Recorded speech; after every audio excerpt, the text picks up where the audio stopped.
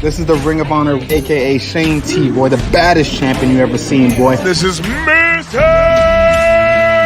Anderson. This is good old JR Jim Ross, and you are listening. You're listening to Knockouts and Three Counts. Cover! We got it from their world champion! That might be one of the craziest knockouts I've ever seen in my life. Knockouts and Three Counts is the podcast, baby! It's the real deal, baby! Knockouts and Three Counts starts now.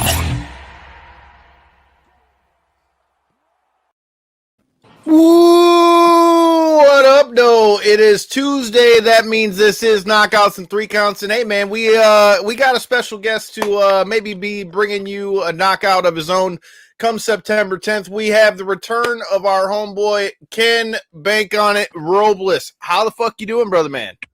I'm doing awesome, man. Right now I'm out. I'm about to have a little bit of a grub, but it's beautiful weather, so I'm enjoying it with you guys right now. Hey, man, I like it, man. So before we get started and all that good shit, throw your social media out. Let everybody know where they can find you, all that good stuff. Everyone can find me on all social platforms, on Facebook, Instagram, at Bank on It Robles. That's Bank on It Robles. I like it. I like it. Well, dude, you're talking about getting grub, man. I mean, so I guess that's as good a place to start as any. How's the camp been going?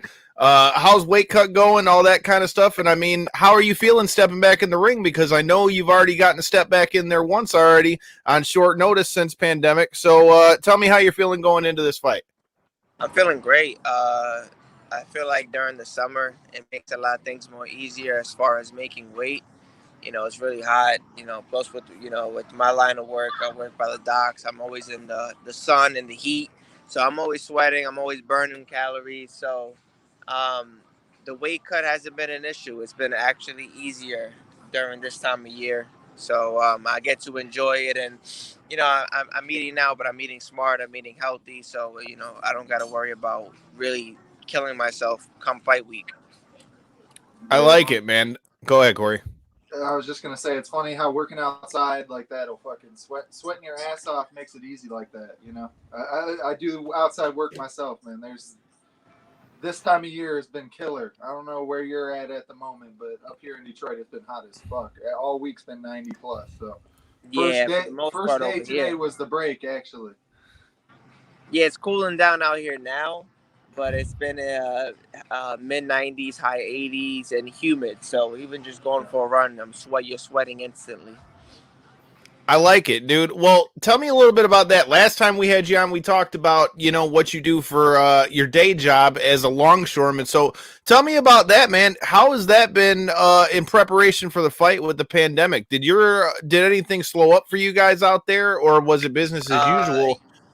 Yeah, it seized up a little bit as far as work-wise. So, I focus more of my time on staying in shape and a lot of the running, the cardio, and staying active. But work's picked back up, slowly but surely the world's coming back to normal on that platform, that aspect of import, exports, and everything. So it's been pretty busy, but, my job is they've always had my back when it came down to the fight game and always supported me. That's huge in any of the combat sports, man. You see a lot of people, of course, until you make it into the big leagues, into a spot where you're comfortable, you still got to work in the background, and a lot of people are trying to work around jobs that aren't necessarily lenient with their schedule. So it's a huge thing when somebody in combat sports has a job behind them that kind of gives them that push and allows them to take the needed time off or whatever be for the fights or training whatever the case be. Most definitely. And I sometimes I can admire myself in some aspects because it's just like, this is the real Rocky, the real, story where I'm not just boxing. I don't have, I'm not just boxing. I have a full-time job. I'm doing everything. So it makes the story a lot better for myself when I'm, retired and old and sitting back and looking back. I didn't have things easy. I worked for everything I got. So that's brought some, we talked a little bit about that before we went live. I mean, obviously you've had a little bit of changes. I mean, last time we talked with you, you were rocking with Mayweather Promotions. So tell us how are you feeling going into the fight? Did that change anything? And what are you doing these days, man? Are you rocking different management or are you rocking solo? Well, right now I'm in the mix of talks with different people. As far as with Mayweather Promotions, it was it wasn't a broken relationship. We just, with everything that was going on with COVID, it was so much stuff. And me personally, I needed somebody hands on. That's all the way out there. So it was more of an email, text messages, and I need face to face on every aspect, promotional, managerial, everything. So I just decided, after my last fight, I decided it was time to just regroup and start fresh, get a whole new team behind me and start fresh, and somebody who's local and going through it with me in person on a physical aspect.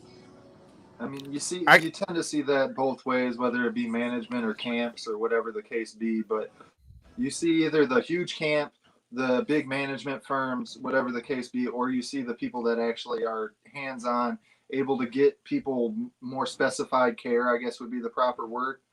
But you see both edges of the sword, I guess, and it seems like as of lately, more fighters and stuff have been leaning towards the smaller, more niche, get what they actually need out of it compared to just being able to say they're under this giant banner. Because that's what it seemed to be for a lot of years, is that people were just repping that they were under the promotions.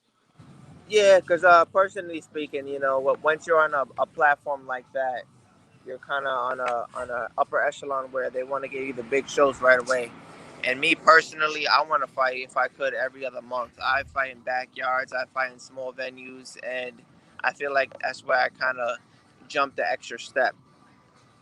That's why I'm kind of like bringing the volume down where I can stay busy again and get fights and get fights and get fights instead of just going straight. Most of my fights were predominantly in the Barclays Center. So Well, we talked about that in your first fight. We talked about that in the first interview we had with you. That brings, with your last fight that you just took, tell me a little bit about that. Did it kind of make it a little bit of an easier thing with you saying that you want to be more active with it being a short notice thing? How did you feel about that matchup? The matchup in itself, well, I was ready to go since like January, February. I was trying to get shows. I was trying to get fights in Mexico. I was trying to do anything just to get on the card, just to get my feet wet again, because it was like almost 2 years before I was in the ring. It was a large cutback on fights, and I haven't been in the ring. And I was, me and myself, anybody who hasn't been in the ring in a while, you get ring rust. So I didn't want that, and I wanted to get a fight in the bag ASAP. As far as getting that ring rust off and seeing where I was at again. So definitely I was trying to get on any show, and I locked that one in literally 2 days, the day or 2 days before the fight. I signed the contract. So it was just last minute. But once I got it done, it made me realize I need to be with somebody local who could focus, hands on 100% on me. I like it. So that being said, how are you feeling about, tell me a little bit about the matchup that you got on September 10th. Last I saw from what I was looking up, it said to be announced as far as opponent and all that. So how are you feeling about the matchup this time, being that you're going to get a little bit more of a camp? I feel good. I'm confident. There's been a lot of somebody takes a fight and they drop out, and I'm used to it. It's part of the business where I'm expecting a last-minute replacement. But I've been in the ring with all types of different styles, from Chris Colbert to Richardson Hitchens and Richard Comey, and the top names in boxing. All tons of people, honestly. Bruce Carrington was from the Olympics. Yep. I've been in with all types of different styles, southpaws, tall, long, short. So it's honestly whatever they bring to the table, I'll be ready. So I'm very confident. Now, do you prefer when it's like that, when you're able to just train for yourself, when camp is focused on improving your skills and not necessarily focused on your opponent? Or do you like it when you have your opponent scheduled so you know, of course, what you're getting yourself into? I like to know mid-camp, or when I'm winding down, as far as maybe the last 2 or last 4 sparring sessions, so I can, have it in my mind what I'm going against. But I'm used to it in this boxing game, so I like to get different looks all the time because, like anything, you could get a last minute change.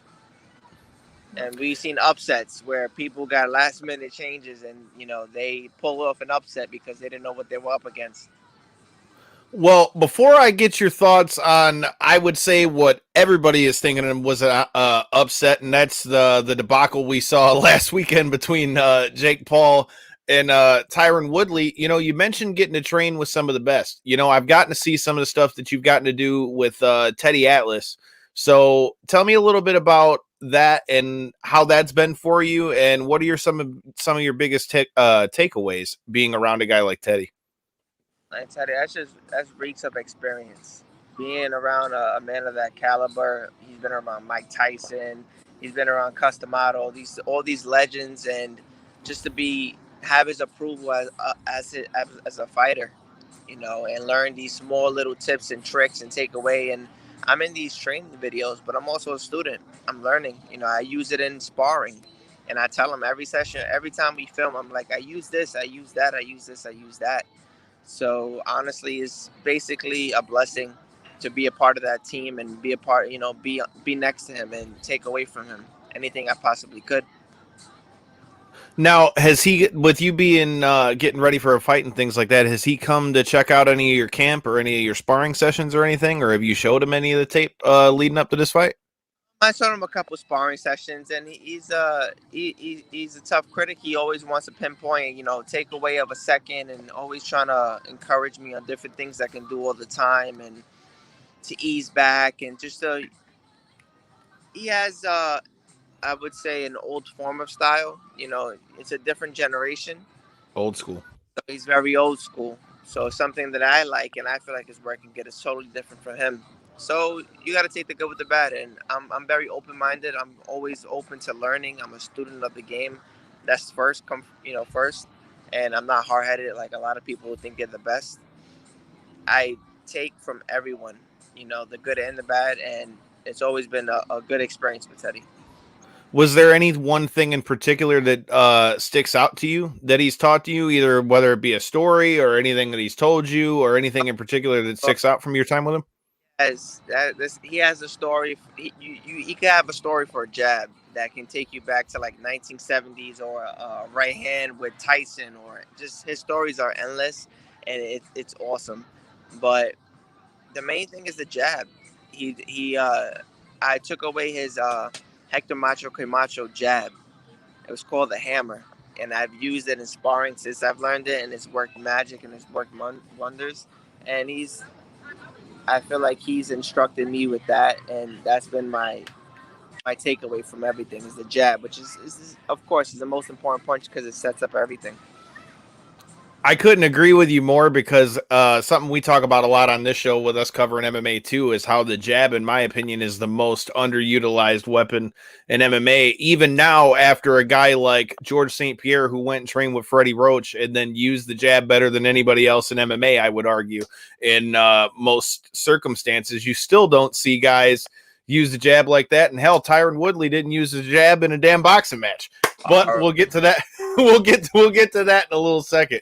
But one thing that I apparently have reminded you of, with your fight being in Philadelphia at the 2300 Arena, that arena also has another name. That arena also goes by the name of the ECW Arena. So as I'm aware, you are a pro wrestling fan. So now letting you know about it being the ECW Arena, do you have any ECW memories or anything that sticks out? Anybody from ECW that sticks out to you? ECW, I always remembered it being WWF versus ECW. It was always, the battle. And if there was there's two guys, Rob Van Dam when he was in ECW. There was Taz when he was with ECW. That guy was a monster. And Tad was a bad SOB. The guy with the kendo stick. Sandman. See? Yeah. Dude, him coming out to enter Sandman at Hammerstein at ECW One Night Stand might have been one of the top 5 wrestling entrances of all time before CM Punk came back. I mean, dude, they just had that happen. I mean, shit, that might have topped all of them. I don't know if you saw that clip or heard that crowd, but holy geez, dude. That shit was insane. Me and Cory are actually headed to Chicago this weekend for All Out in his first match in 7 years. So it's going to be wild, man. So any of you guys that are watching, make sure you hit that subscribe button because Cory and I are going to be checking out the Cubbies over at Wrigley, going to be heading our way down to All Out. And Cory's going to check out his first death match at GCW Saturday night. And Ron Funches is going to be calling all the action. So it's going to be insane. Nice. Not first wrestling match in general. A non-wrestling fan attending both a pay-per-view. Well, you went to XICW and the complete other side of the spectrum to go into a death match. So I'm excited for what the weekend brings. That's awesome. That's gonna be just the vibe itself. Is gonna be It's gonna be live. Yeah, it's gonna be insane. It's about to be wild. Like Kyle said, I don't know if you had actually seen the clip that he was referring to or not, but the crowd went absolutely insane in Chicago. Or not in Chicago, but getting ready for Chicago. It was in Chicago. That was at the United Center. They sold out the United Center 15,000 deep. So yes, Jesse, we're talking about Chicago. Did you get to see? Did you see that Punk made his way back the other night? Ken, do you hear me? I hear you. I'm sorry. Yeah. I was just saying, did you get to see any of that clip? Because I would imagine you probably saw some of his stuff coming out of the Attitude Era and stuff. What, with CM Punk? Yeah, he just made his comeback at AEW. He's going to be wrestling this Sunday, man. But like I was saying, did you see the clip of his comeback? That's one of the loudest pops I've ever heard. No, I didn't get to see his comeback. I got to check that out. Dude, you need to. He made a joke about him coming back to the UFC. Dude, so there's been a joke about him with the UFC ever since he left. So that's a good question for you. So while go ahead. We have that note brought up, he actually officially announced his retirement from MMA today. Oh, did he? His two-fight hiatus that he had? He's officially retired as of today. He's retired. He's hanging him up. I seen that on Twitter earlier. I'm like, man, you could have just left that unsaid. Like, we already all knew that, but all right. Well, that's a good question for you. I mean, you being a wrestling fan and a pro fighter, I mean, what are your thoughts on that? Because me being somebody that's fought, I always kind of looked at it as like he wanted to see what he could do fighting. I mean, obviously a guy with his name isn't going to fight on a small scale. I'm not mad at you. Go in there, try to do your shit. He didn't do so good and then that was the end of it. I ain't got no problem with it, but at the same time, you hear a lot of people hating because he comes back to such a reaction like that. You being a pro fighter, I mean, what are your thoughts on him making the foray from pro wrestling to MMA? I respect it. I think everybody has their, they have their little dreams they want to pursue, and it's a competitive sport. I think, deep down when you're in wrestling, most wrestlers have a wrestling background, or they have that spirit in them that they want to compete. So, and I think that whoever started to transition from wrestling, Ken Shamrock was in it. Kurt Angle, he was an Olympic wrestler. You had Dan Severn, who's a UFC Hall of Famer. Batista fought. I mean, dude, at this point, there's been a lot of them that have made their way over. I mean, look at Brock. Brock Lesnar. Brock is the most successful combat sports person because he was able to national champion in wrestling, become a huge, still to this day, a huge draw in professional wrestling. And then to transition that into the world of combat sports itself in the UFC and become the heavyweight champ, it's hard to argue with, Yeah, it's like, even like, for instance, Floyd Mayweather going to wrestling. Yeah. It's a transition. Dude, I loved it. I loved it. I was a big fan of it when it happened.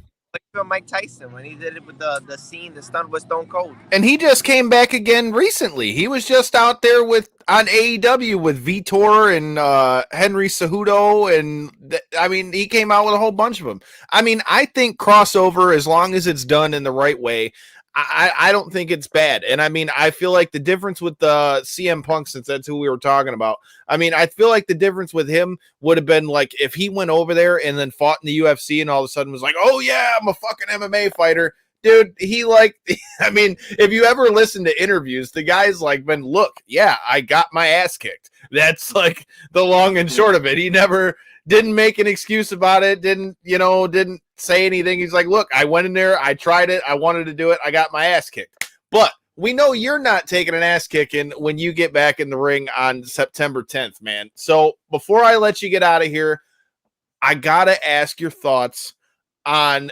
what we saw this past weekend with Jake Paul and Tyron Woodley. What are your thoughts as a pro fighter on this whole thing? And where do you think we end up at out of here? Do you think Jake Paul's really going to stay retired?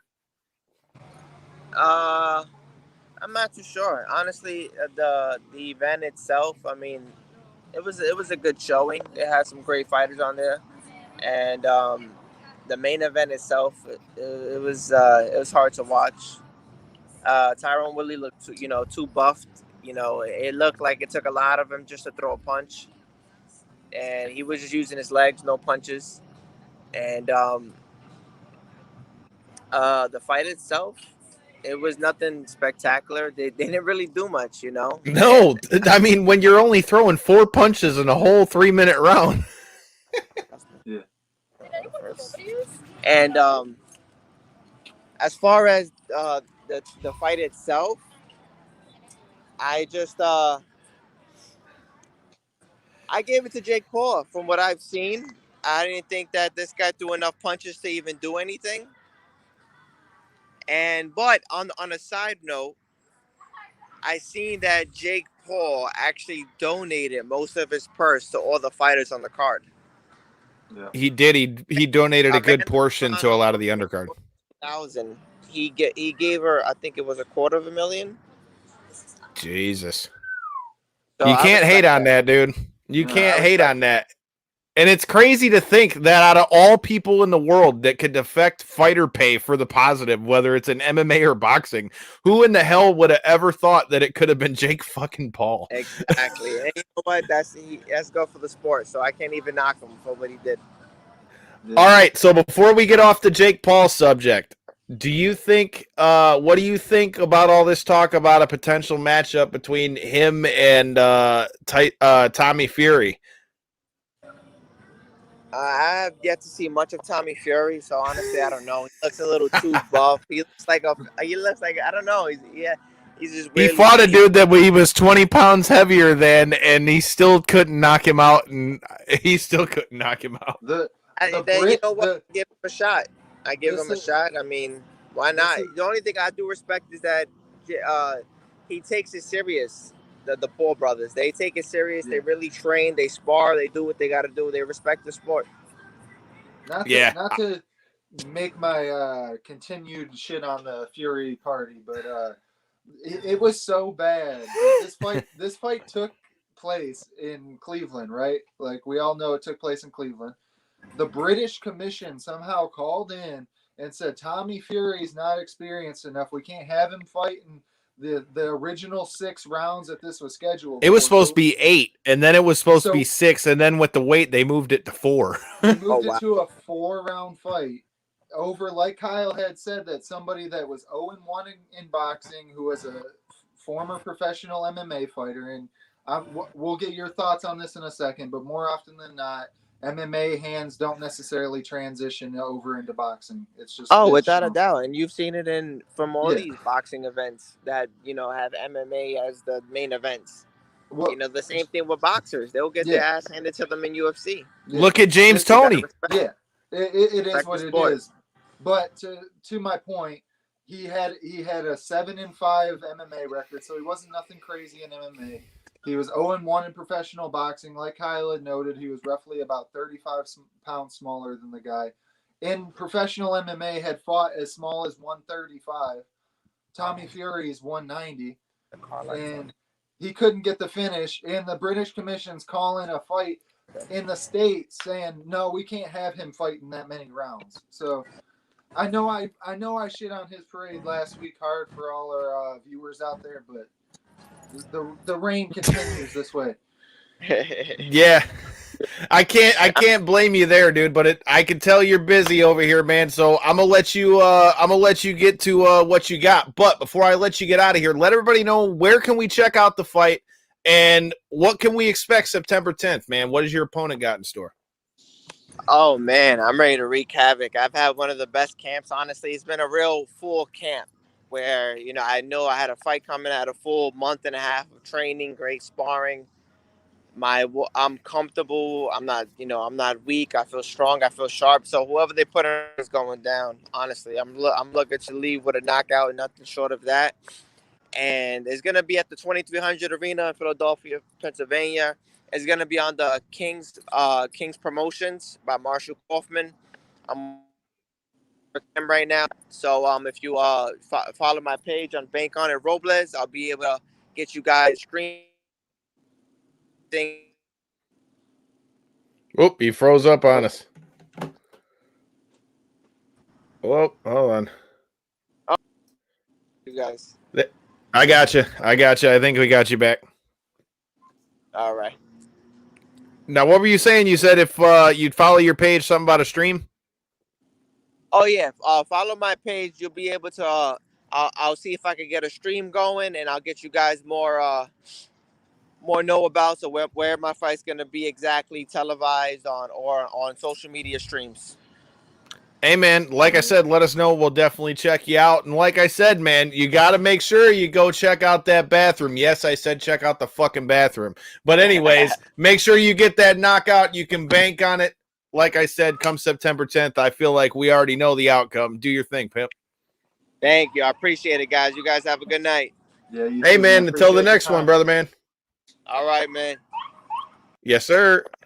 All right, Ken Bank on it, Robles, ladies and gents. Like I said, that is not all we have in store for you today. We're going to be joined by one of the original four horsemen of this motherfucker, and Kyle soon, as we're going to be making our picks for AEW All Out. We're also going to be talking about GCW, which is coming to town this Thursday here in Detroit. And then Cory will be with us at GCW Art of War, which I found out today from listening to Busted Open, which, hey, if you're a Busted Open fan and you're listening to this, you can always check out past guests of the show, Dave LaGreca and Ryan McKinnell, which, Cory, how are you feeling about linking up with Dave and Ryan and Gabby and the rest of Busted Open come Chicago?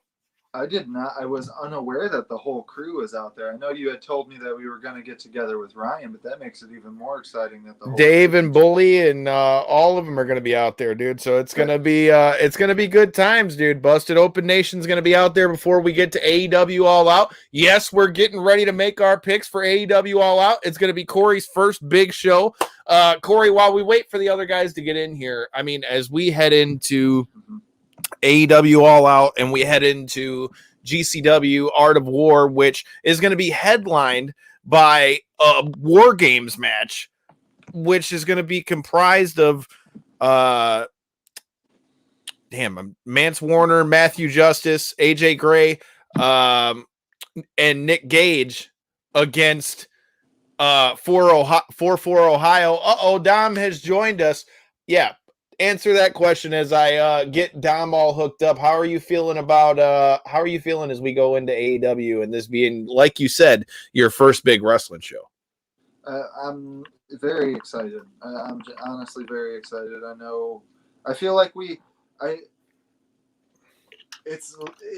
like the excitement and the fact that we do the twice weekly shows and stuff kind of has made this event like, I didn't realize how quick it was upon us until I was like, oh shit, I have to pay mortgage this week, which means also it's about to be the holiday, which means we're making our trip to Chicago just this weekend. It all hit me this last week, like, oh hey, bop.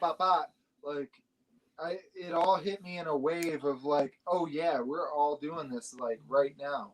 So I'm very excited.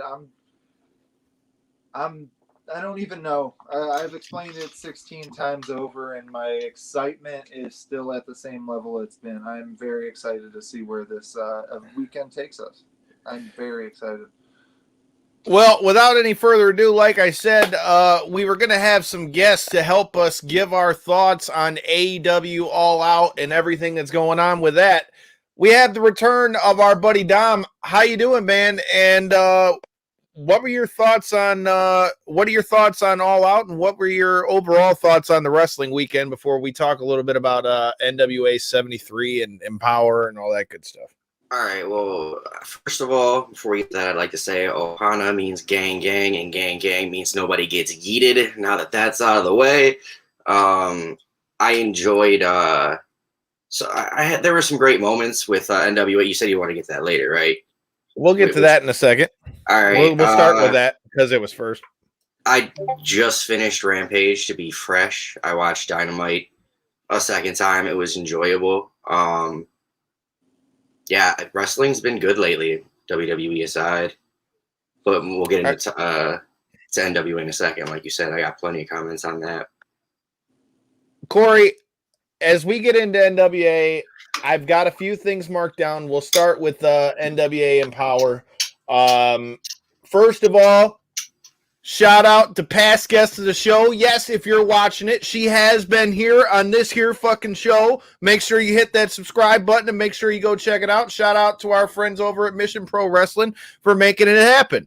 Past guests of the show, Marty Bell and Detroit's own Pinkies Up, AK, are now your NWA World Tag Team Champions. The first one since 1984. I mean, damn, when we was in 1984, the Tigers were close to a damn world. They won a World Series and shit. So, yeah, let's talk about that first. I guess that's as good a place as any to start. I guess we can talk about the tag tournament as a whole, but obviously we were pretty happy with the outcome. Dom, what did you think overall of the women's tag tournament and who we had in it? Well, I found it quite predictable that Tony Khan's ladies would make it past the first round, or at least get, they each got a win. So I wasn't surprised that they made it to the finals, and nor was I surprised that they lost to Allison Kay and or to the Hex, Marty Bell as well. I was actually happy to see that on a personal level. I don't know Allison Kay very well, but we trained a little bit at Stars and Strikes, so I was happy to see her get that win. Okay. And now, like I said, we are joined by one of the original four horsemen of this joint. Turn your phone sideways, sir, and you will be great. Or your camera sideways. But either way, my phone, so there you go. Now we're all straight. But yeah, dude, like I said, we're joined by Kyle. Kyle, we're talking a little bit about NWA Empowerr. We're talking about past guests of the show, Marty Bell and AK getting the dub and getting the first NWA Women's Tag Team Championship since 1983. I agree with you, dude. I kind of thought in this one, Marty Bell and AK were going to be a good pick going into it. I think they were the most... obviously the most experienced as a tag team, as that was the first time I've ever seen other past guests of the show, which if you're a Texas wrestling fan, hook 'em horns, check out Miranda Gordy. You got multiple episodes with her in the archives, but you saw her come out with the Freebirds. I had never heard of these two ladies before they debuted at NWA Empowerr, so I agree with you. Going into it, I kind of had already picked Marty and AK to get the win, but I have to say, again, for that being said, and obviously they had the most experience, I thought they looked the best out of the tag teams. Kyle, what were your thoughts on the women's tag team tournament and who we've got now as NWA tag team champions? Yeah, from everything I've heard, I didn't get a chance to watch the entire pay-per-view. I did get to watch Flair's promo, and I did get to watch the end of the Aldis match. But from everything I've heard, it was very well received. It's good to see NWA find a fitting in the world of wrestling, because you have everybody always talking about AEW, so it's good to see another non-WWE entity do well right now, and the better the NWA is doing, the better wrestling is doing right now. So it's good to have a lot of good eyes on it.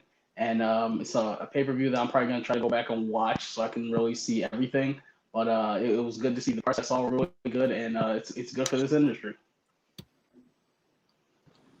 I feel like that's an interesting point you brought up, and the fact that they're like a good thermostat for where the world of wrestling is really at, because of the fact that they've been an existing company for so long. They've had their ups and downs, but they kind of have gone in their ups and downs with the world of wrestling in its ups and downs. So that's where I feel like it's a very good thermostat or indicator of where the world of wrestling is actually at. And like you said, with them being on the rise at the moment and people really, like you said, enjoying what they're seeing on their end, I think it replicates the fact that, like you said, Dom, to start it, wrestling's at a good point right now in general. And that's what we're seeing there, I believe. It's the first time we've had some I've been able to feel genuinely positive about wrestling as a whole. I don't know where Kyle went, but I did want to say, like, were we talking specifically about NWA 73, or were we talking about both nights? Were we starting with 73? I believe we're talking both nights. Okay, so him, but both nights. I would like to say about Empowerr, I think I don't want to completely bag on it. It wasn't a horrible show, but I feel like it ran long. It felt like it was about an hour, like it was 2 hours and 39 minutes on the stream, I think. And I think it just ran about an hour and 10 minutes too long. I think if it was about an hour and a half. For both nights or just No. I'm talking about Empowerr. Like, my point here, and I really hope that Kyle gets to hear this, but I feel like we are coming to a point where being socially aware or getting eyeballs for said social awareness is taking over the business rather than worrying about the full content behind it, right? WWE's got this look at me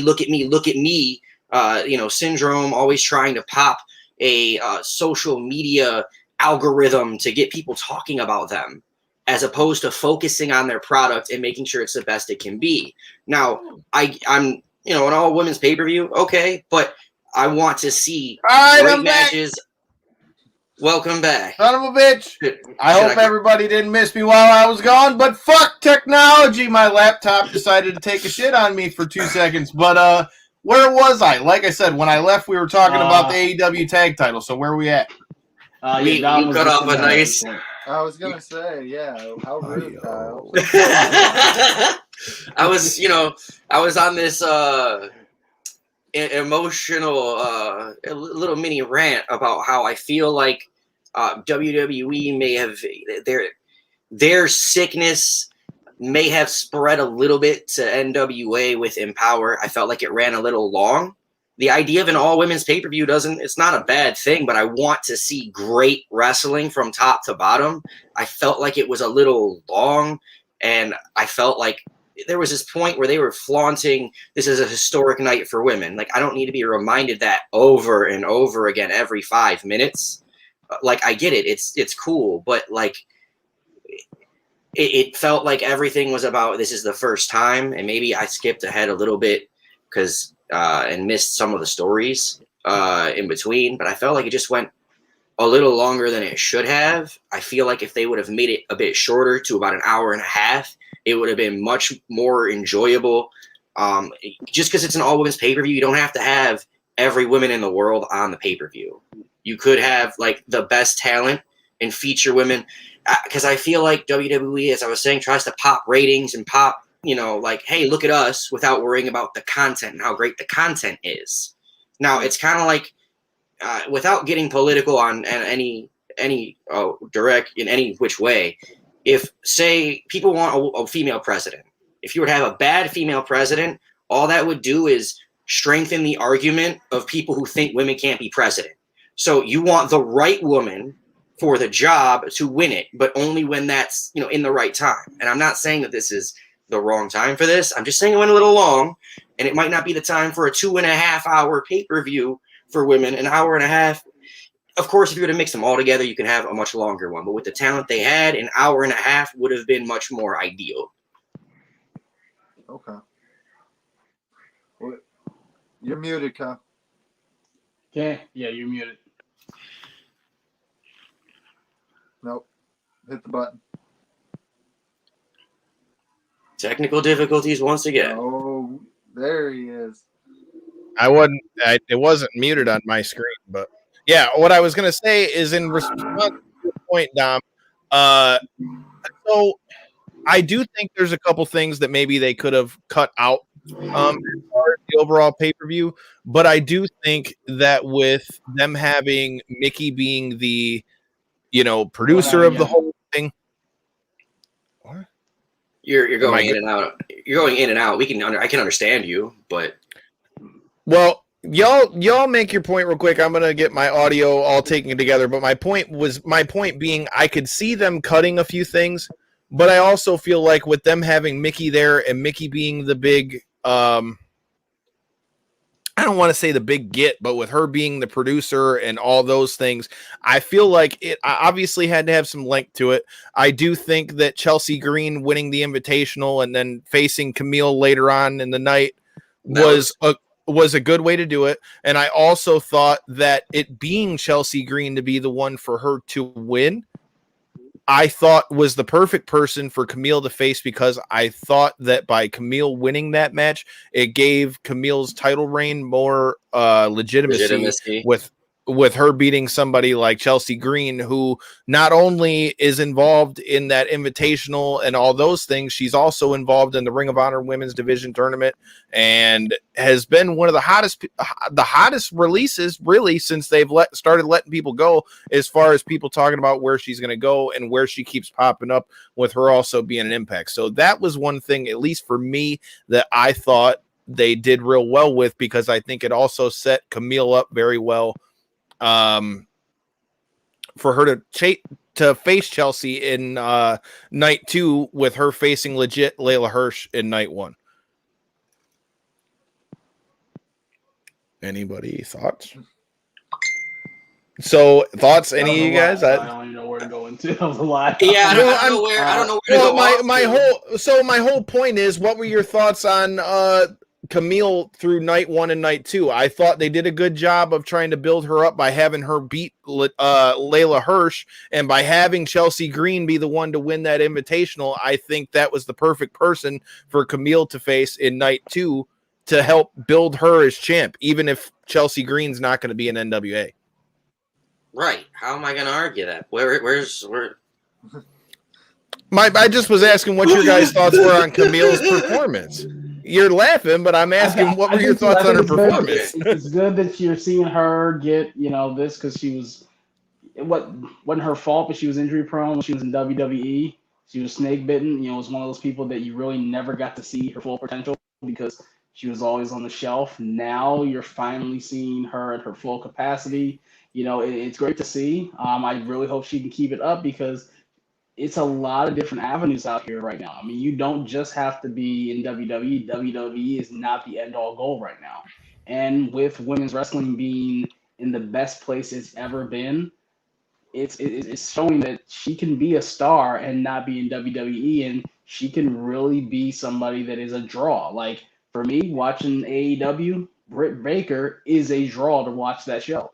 She is the only good thing they have right now in the women's division.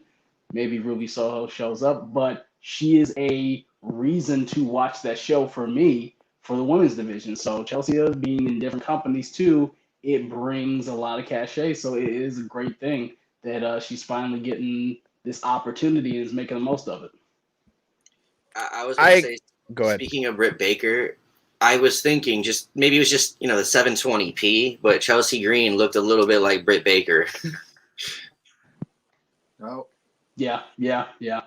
Just a little bit. Like, it's not huge. Like, I knew it was, like, it's not, but you look and go, wait, look, they could be like second cousins. I can't wait to see the photo she's gonna take now, because with Matt Cardona putting both of his titles on her last week, seeing the photos she's now gonna have that she has a title, that's gonna be pretty interesting.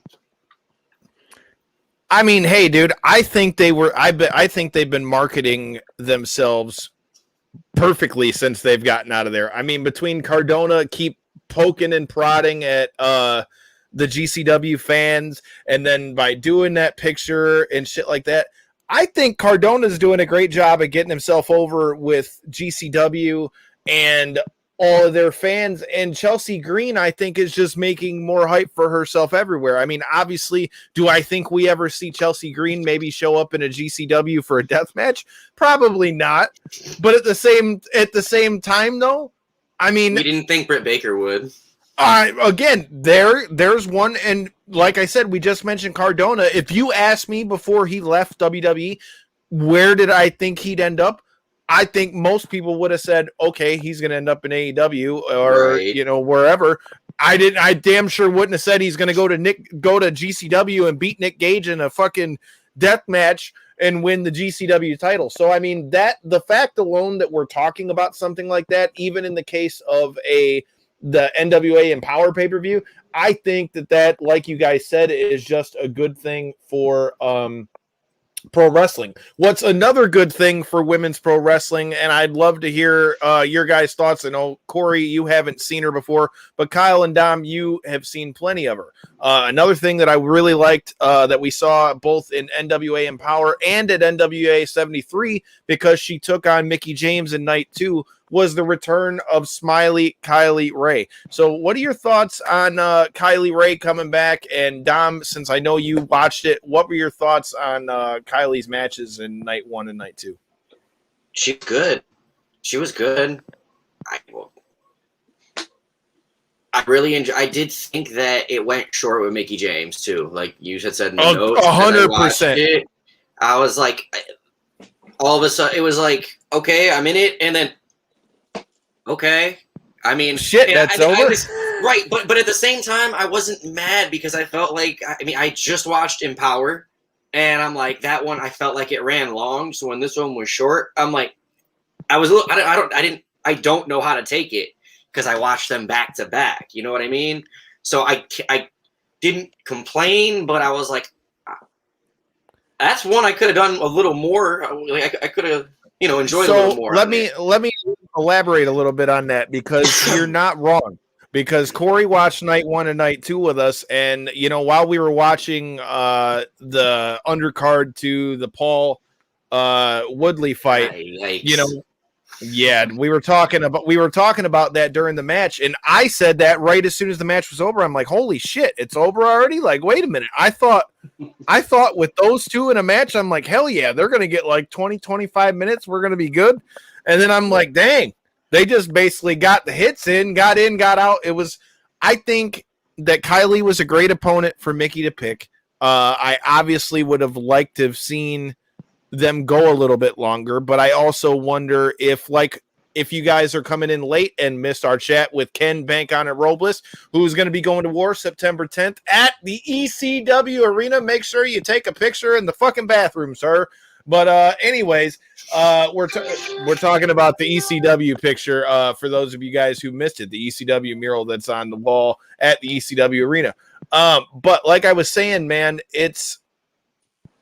I don't know. It just I thought it was a little short, but again, great opponent for Mickie. But what I was getting at was I wonder if it had to do with ring rust, because that's something that Ken talked about with taking his last fight on short notice. I wonder if Mickie being inactive in the final months of her time in WWE, and then not wrestling obviously for her 90-day no compete, and then getting back in the ring, I wonder if the match might have been a little bit shorter because of that. But that being said, I got to give credit where it's due. Overall, I thought NWA Empowerr was a great show in that I like the way that they were able to let it overlap from night 1 to night 2. Like, I thought what they did with Deonna Purrazzo in night 1 and then having her show up at night 2 like that, I thought that was great. You know what I mean? I'm a big fan of Deonna Purrazzo. I like that she's got multiple belts now that she's won the Reina de Reinas title in AAA. I mean, what are your guys' thoughts on Deonna Purrazzo over the NWA weekend? I think it's nice that she's out of Impact. Well, not out of Impact, but getting more than just Impact. I hate to getting overexposure. Yes, Impact, and I know a lot of people who watch Impact say that it's much more enjoyable than it was, during the Aces and 0.8s era. But Or should we That's call it fucked point? up. You hater, dude. I feel like Aces and Eights wasn't that bad. Come on, man. It was good for the good for a first minute. 4 months, and then after that, and then it got to. And eventually, it was good at first. I did enjoy it for a while, but it took a turn I didn't like. And eventually, the rest is history. But I don't mean to say it's, horrible. When I do watch it every now and again, as I'll put it on for, grandma, it's not a horrible show. It's still missing some sort of background noise. But Allison Kay was a member of Impact as well. And I really I was like, man, I want more for you. Like, whenever somebody good is an Impact, I just go, I want more for you. And I hate to be a complete a-hole about it, but it's just... So, to argue that point, I mean, normally I would say I could understand where you're coming from, but right now I would almost argue that Impact may have the best women's division in wrestling right now. I'm not arguing with talent. I'm not saying good talent isn't there. That's nowhere. That is not. That's just exposure that you get from Impact. There's nothing to do with the talent. Sure.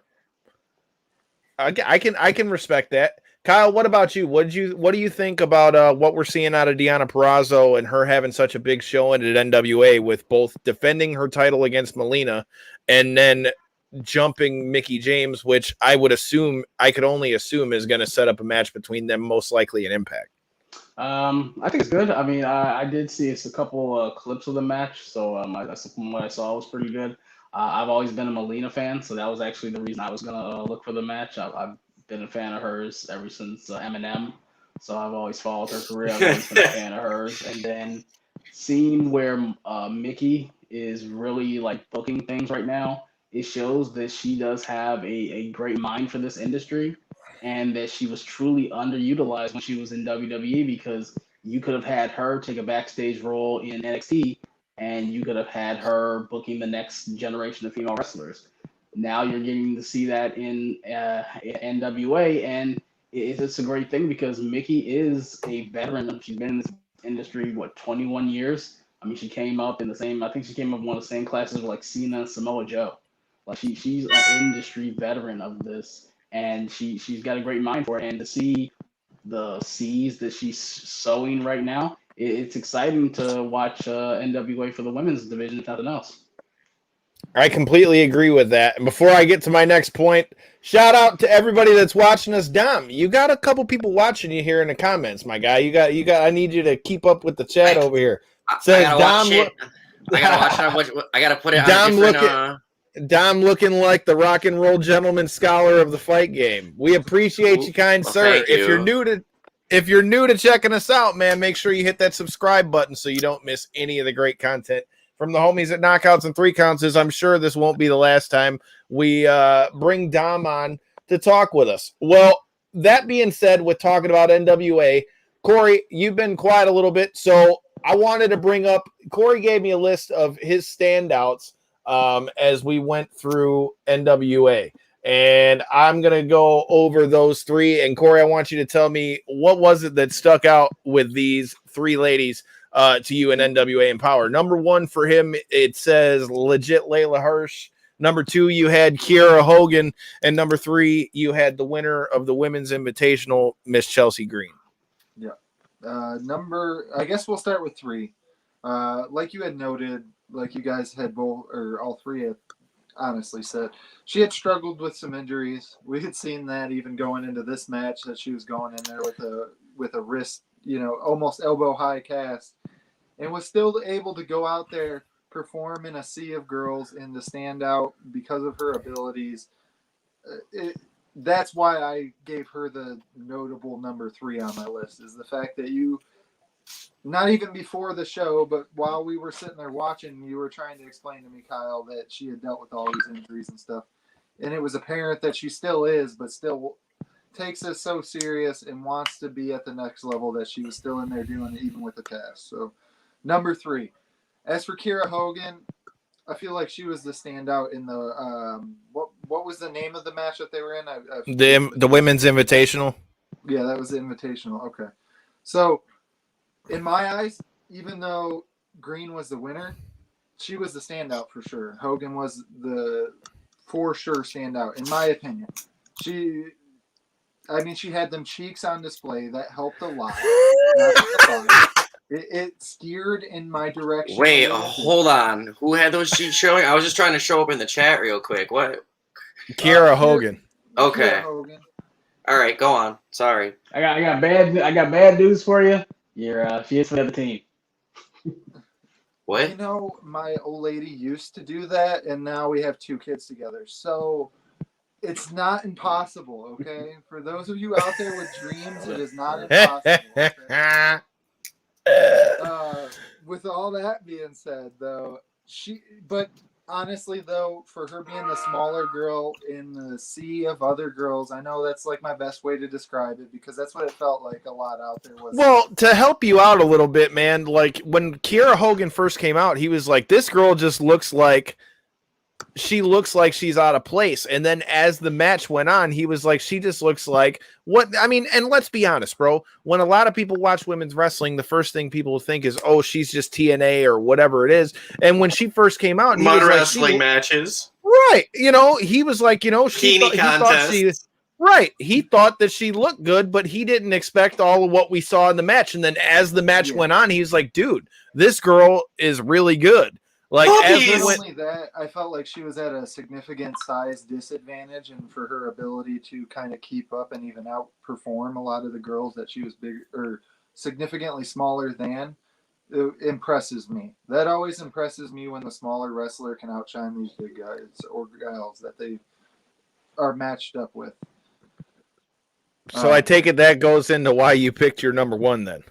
That very much goes into why I picked Mrs. Legit as my number 1 spot, is because I feel like a non-wrestling fan here, she looked the most legit out there. You could tell that, like you had noted, Kyle, from her walkout and stuff, she was a former judo champion, and you could see it in just some of the ways that she made the some match of her throws competitive. She made the match like you felt like she wanted to win it. Not like she knew what was going to be the predetermined outcome or anything like that. Like she was in a competitive match that she expected to be able to win no matter what the circumstances was. And I feel like that's what kind of played out in my eyes. Is she was legit as hell. That's why she earned my number 1 spot. May I say who I was most impressed by? Go ahead. Please do. I didn't think Melina was that good back in WWE years ago, and I haven't seen her since Lucha Underground, pretty much, more or less. I might have seen her wrestle like once or twice, and I watched her today, and I was actually like, wow, like this is actually good wrestling. Like I'm enjoying this. So I would like to. I was mostly impressed with her. I wasn't. I don't want to say that Layla Hirsch isn't impressive. I was not impressed because I watched, AEW enough to know she's impressive. So I wasn't surprised. I wouldn't say that she was, she wasn't the most impressive to me. The leaps and bounds that Melina has come, at least in my perception, maybe you guys have a different perception. Maybe she was a bit better to you guys, but I think she got much better. That's a Go ahead, Corey. Factor too that I'm not also incorporating in my picks is the fact that I'm unaware of all these wrestlers for the most part. I may know a couple names, or I may have seen them on a match or something over at Kyle's house over a sporadic couple months or whatever the case. But for the most part, I'm not aware of how good they are in the ring, even if I heard them cut a promo, whatever the case be. So for me, I list these girls as what I seen on the weekend, not what I have seen. Sure, and that's why I think you bring a good point, because you're completely like untrained eye. You're just looking at what you're seeing in front of you. But to respond to your point, Dom, and this is something I was telling you when we were watching it live, Corey, is Melina was a women's champ in WWF before she left. She won. She's done well everywhere she's gone. But the thing is, by and large, the thing that put her on the map before she really started wrestling was her good looks, her entrance with the splits, and her as a valet for John Morrison and Johnny Nitro, the former M&M. So, I would agree, Dom, that I think since her time in WWE, even though she was champion there, I would argue that she's gotten worlds better. And to be honest, like you said after that match, I hope that she's not too seriously injured, because if you pay attention to the end of the show, even when they all came out at the end, she was still on crutches and her whole knee was all wrapped up. So hopefully she's not too banged up. But I mean, I'd love it if she was keeping kayfabe. That would shit. Be awesome. I fucking hope so. I really hope so. Because her knee did look her knee did look really banged up. But again, like I said, this is wrestling. I would totally be okay with it. Well, now we got to talk a little bit about NWA 73. Wait, we're just gonna gloss over Gail Kim's, whole thing and Awesome Kong retiring. Did I miss? Go ahead, sir. No. Go ahead. I did. I missed it. So feel free to go in and let us know. That was a huge moment. I wanted to wrap a nice little bow on it. As you said, you thought Mickey's match with Kylie Ray was a little short, and you think some ring rust. Well, I think some of that might have had to do with what happened with Awesome Kong and Gail. Well, Awesome Kong making quick work of what's her name with Genocide and Genocide and what's her name? Damn. She was back in TNA back when it was TNA. Taryn Terrell with the Beautiful People. And yes. Speaking of beautiful people, we got to talk about Velvet Sky and commentary. Remind me of that. But I did it. I think that Awesome Kong, as she said, ice cream bars. I don't know if that was a CM Punk reference alone, but maybe she isn't capable of moving the way that she used to. She just kind of clotheslined some people and, did some power bombs, I think. But it was really quick, very quick. So I think that, ring rust might have played a fact there too. But I enjoyed seeing Gail Kim talk. I enjoyed hell seeing of a her come moment, out. and I don't think anybody expected it either. I didn't, because Kong doesn't talk. She's maybe cut like 2 promos I've seen ever, and they're very short. She didn't say anything in AEW either. No, right? She doesn't really say anything. So it was a nice moment. I think you said in the notes you wanted to see Gail Kim wrestle again. I don't know if I need to see that. I'd like to see her as a manager though. I'd like to see her involved somehow, period, because I was kind of laying it out to Corey, but Kyle, I think you would agree in that, in my personal opinion, just my opinion personally, I think Gail Kim is one of the most underrated females of all time, and I feel like broke a lot of barriers as far as we're talking about this women's evolution and women's wrestling being, pushed forward and all those things. If we're being honest, if we're really being honest here, and everybody that's watching this, please feel free to let us know in the comments if you think I'm full of shit, because I ain't scared. But that being said, with Gail Kim, I don't think she's talked about enough when we consider, let's just talk about Gail Kim and Awesome Kong. The matches that they had in TNA back in like 08, 09, or Gail Kim versus Taryn Terrell, who came out with her. I mean, the matches that they had at Bound for Glory, and I think it was Victory Road in 2009. I mean, dude, I can still see Taryn Terrell hitting that cutter off the fucking side of the stage.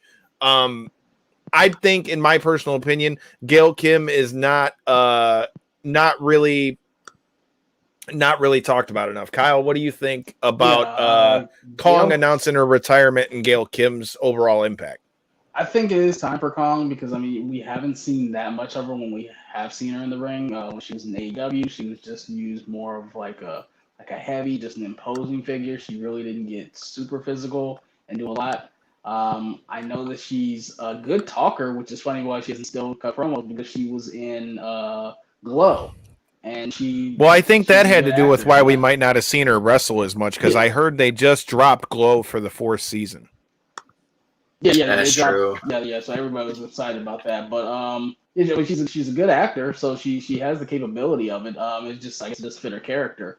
When it comes to her legacy, I think she's going to be looked at as one of the better, bigger women wrestlers of this modern era. I mean, she's Awesome Kong getting her name more from Aja Kong, who was one of the best female wrestlers of all time and was one of the best female wrestlers of the entire 90s era and part of the late 80s. So she's got a legacy. When it comes to Gail Kim is in my Mount Rushmore female wrestlers. I think Gail Kim was the standard in the mid and late 2000s of female wrestling because she was in the best company for female wrestling in TNA with the Knockouts division. The Knockouts division was a reason to watch TNA, and it was a reason I watched TNA back in the day. So, I mean, she really was the franchise. I used to call her, the female AJ Styles. AJ was holding it down for the men, and Gail's holding it down for the women. And it was cool to see them together possibly one last time. So I would like to see Gail have more of a presence. Like you said, she doesn't need to get into the ring. She could just be a manager, but seeing her, it does. What about an authority figure? Like they keep putting, they keep saying they want to have. Do we really need one?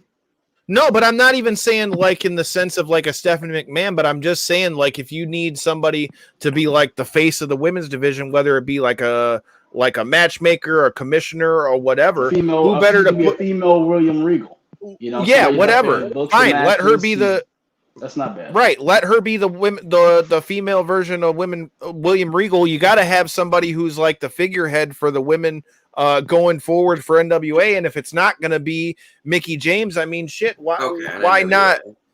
Yeah, you know what I mean? Like, why not? I think that could be as good a spot as any. I mean, like I said, I think overall, I think there were some things that we can all agree maybe we could have cut a little bit shorter. Certain things could have been gone longer, but I think the overall impact of NWA Empowerr, I think, is going to be good. And again, I at least like the fact that with them being back to back as far as day shows, they did a good job of letting one lead into the other. Like I said, with, Mickie facing Kylie and Kylie wrestling on night one, or Deanna having the big night at Empowerr and then showing up under the hood.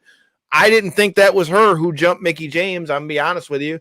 I mean, even though they had the shit coming in, I certainly didn't think that was Mickie James coming in the ring. Any of you guys who are joining the stream, feel free to let us know in the comments what you guys are thinking. We're about to talk a little bit about NWA 73 and then make our picks as AEW All Out's going down. And as you guys know, yes, Cory and I will be there if you guys are in there. Like we tell you at every event we're at. Please, if you see us, stop us. Like I said, we love to talk to you guys. We're looking forward to getting down to Chicago. I'm jealous. But, I mean, I can't say I blame you because this might be one. I mean, dude, this might be one of the. I tried to explain to Cory just the amount. You are so lucky, my man. You don't get it. Like, you do not understand. Like, you're prepared to. Your ears might pop. Due to the pop CM Punk will get. He walks on water there. Like, it's on my bucket list to go see a pay-per-view in Chicago. Like, that is one of the pay-per-view city destinations I gotta go to. So you don't realize what you're about to see. It's like when you go bowling and you hit that 7-10 split, right? And it's your first time playing, and then you like everyone looks at you like, what the fuck? And you're like you don't realize it, man. Yeah, I in talking to a lot of wrestling fans and stuff like that, of course, due to the podcast, it really does help kind of grasp that because of you're right. I don't understand the gratitude. This is like a wrestling fan. This is like a wrestling fan waking up on Christmas morning. Okay, you are getting to experience Christmas morning as a wrestling fan. And so the fact that they've already announced Punk is back, so you don't have to have that anticipation. How do you not know that he was going to be back? I prefer that he's back now, knowing going into All Out, than to still think it might happen, think it might not happen. How do you think that it wasn't though? You know he's going to be there. It's gonna be an amazing atmosphere. It's gonna be a generational type thing to where this is what really sets AEW up, and being there in person is gonna be cool. I wish I had I wish the website hadn't fucked up when I was trying to get my tickets, so I could win. But it's gonna be. Oh, trust me, it fucked up when I got mine. I got ours on the secondary market. Trust me, if it weren't for that, I mean, dude, I was on there 3 hours early to try to get tickets for AEW All Out. Any of you guys who are watching, if you guys had any issues with the tickets, let us know in the comments, because Kyle if you were.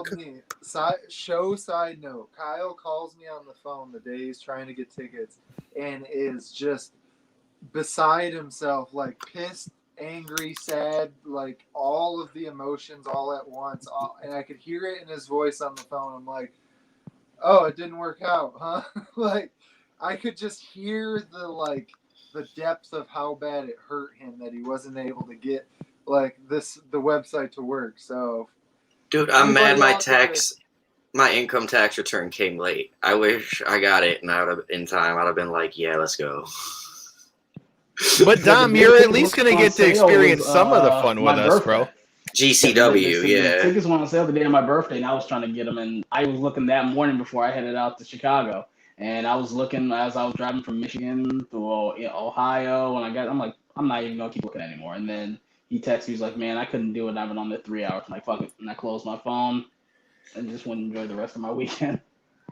I went and got up, like I said, I got them off of StubHub. What up, Jason? We appreciate you checking us out. Any of you guys who are new to the show, I mean, like I said, you never know when Dom might pop up on here. We appreciate you joining us tonight. If you guys haven't already done so, make sure you hit that subscribe button, because like I said, we're headed down there to All Out. You're going to get to see all the shit we're getting into. We're going to check out Wrigley. Who knows? Maybe I might find some dumb shit to jump off of. Mistake is here too. I mean, dude, Dom's got him the fan club. We appreciate you guys checking us out. Please keep letting us know in the comments what you guys think of this card. And like I said, if you haven't done so, make sure you do us a favor and hit that like button, subscribe button, all that kind of stuff. Like I said, obviously, we've kind of gotten a little bit into AEW. There were a couple things I wanted to touch off of with NWA 73. First of all, shout out to our homie, Mecha Wolf and Bestia Say for getting those NWA tag straps. And if you guys are new to the show, you can check out our show with Mecha Wolf. And yes, man, Conan showing up and coming out with Mecha Wolf. And, you know, this is a fun fact. This is the first time you've had a Puerto Rican born and a Mexican born champion as tag champs in the NWA. So history being made with past guests of the show. And Dom, the fucking fan club is jumping in here. All of you guys who are jumping in, please make sure you hit that subscribe button and the like button. And hey, if you got anything to say about the conversation, I mean, hey, dude, we appreciate you guys showing up, and feel free to join in on the conversation. But like I said, Dom, since you got to watch a little bit of the card, and Corey, I mean, you watched this as well. What were your thoughts on the NWA tag title match? I mean, to me, it was one of the matches that stood out on NWA 73. Obviously, we had guests in it, but I mean, dude, I feel like the mesh and styles and what you had in there with Mecha Wolf and Bestia versus your current tag champs and Aaron. Damn, I'm drawing a blank on his last name. Sandow, damn it. Aaron Stevens. Aaron Stevens, Dom coming up in the clutch. Aaron Stevens and JR Kratos. I mean, dude, I feel like the dynamic in that match was great. So what were your thoughts on the NWA tag match? Start with me, or if you're Corey leading off with me, okay. I think for past guests of the show, Mecha, he looked good. I feel like their whole tag team honestly looked great. They were the shining star of the match, in my opinion, was their team. Obviously, they ended up with the win, so that's usually how that goes. Kratos looked good. Once he got his shine, he was held back into the corner a lot. They kind of did the old hold him back, and then let him explode once he finally gets the tag type. The hot tag, man. He hit him with the hot tag. And once he was able to get going, he looked good. But honestly, that match didn't, like, I enjoyed the performance from Mecha in the tag. I'm not a big fan of when wrestlers try to throw all the satanic shit on their gear just to be cool, though. So throw that out there. But that being said, I just didn't see enough from the other side that it, like, impressed me. I feel like Mecha's Matt, like his tag team performed well, but the rest of the other side just didn't. It left. So Aaron Stevens and Kratos didn't really do it for you. It was really Stevenson more than Kratos, I guess. I feel like. Okay. Wait, you felt like Stevens did better or worse? No, I feel like he left a lot to be desired, in my opinion. I have a soft spot in my heart for Stevens based on based on the work he did in WWE with as Mrs. Stunt Double. Like Sandow Stevens made the most out of every gimmick he was given. And I'm not gonna say he's the best actual wrestler, but he's not bad. And he's entertaining. Right. He's just an entertaining wrestler. And so I'll forgive him for a match like that. He gets that slack with me. I won't look at it and bag on it, but I do know what you're saying about the other tag team being better. And having Conan in there, like it flowed well. I liked, Conan with the distractions and getting some body shots in there and, taking a slight little bump, getting knocked off the ropes and onto, landed on his feet. He can't take huge bumps, so I would expect him not to take a bump from the apron onto the floor because they didn't even have it didn't look like it was a padded surface. It looked like it was just the carpet. No, it was straight floor. That was the casino floor. Like Cory even noted on that too. I was like, can we just talk about how that floor's got to be gnarly? Like, right. We got to take a second to acknowledge that. Kyle's over here pointing out the floor. He's like, man, look at that. That's got to be a rough landing. I'm like, that stuff looks like the thin. That's old school NWA. Yeah, it's like quarter of an inch thick. It's a centimeter thick carpet. I had described it as casino carpet, but really what it reminded me of, like looking back now, is like elementary school. Like, oh, hey, we know there's going to be some spills on here, so let's make it the easiest possible thing to clean off, but still have carpet. That's what it is.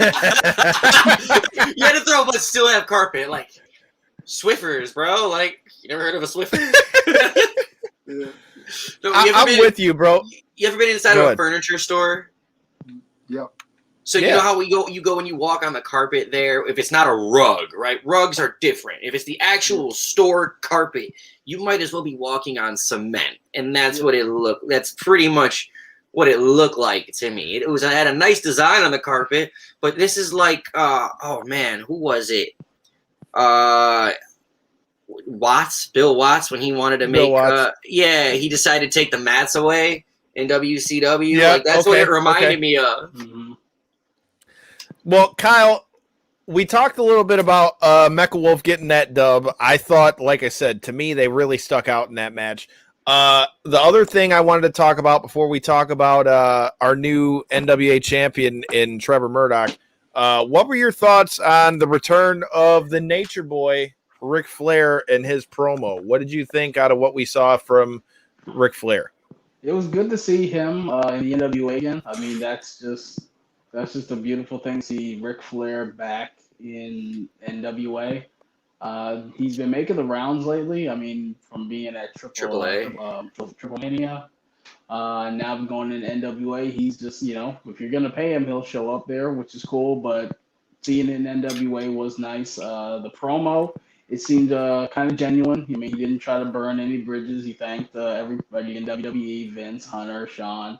So it was nice to see that there was no, ill will.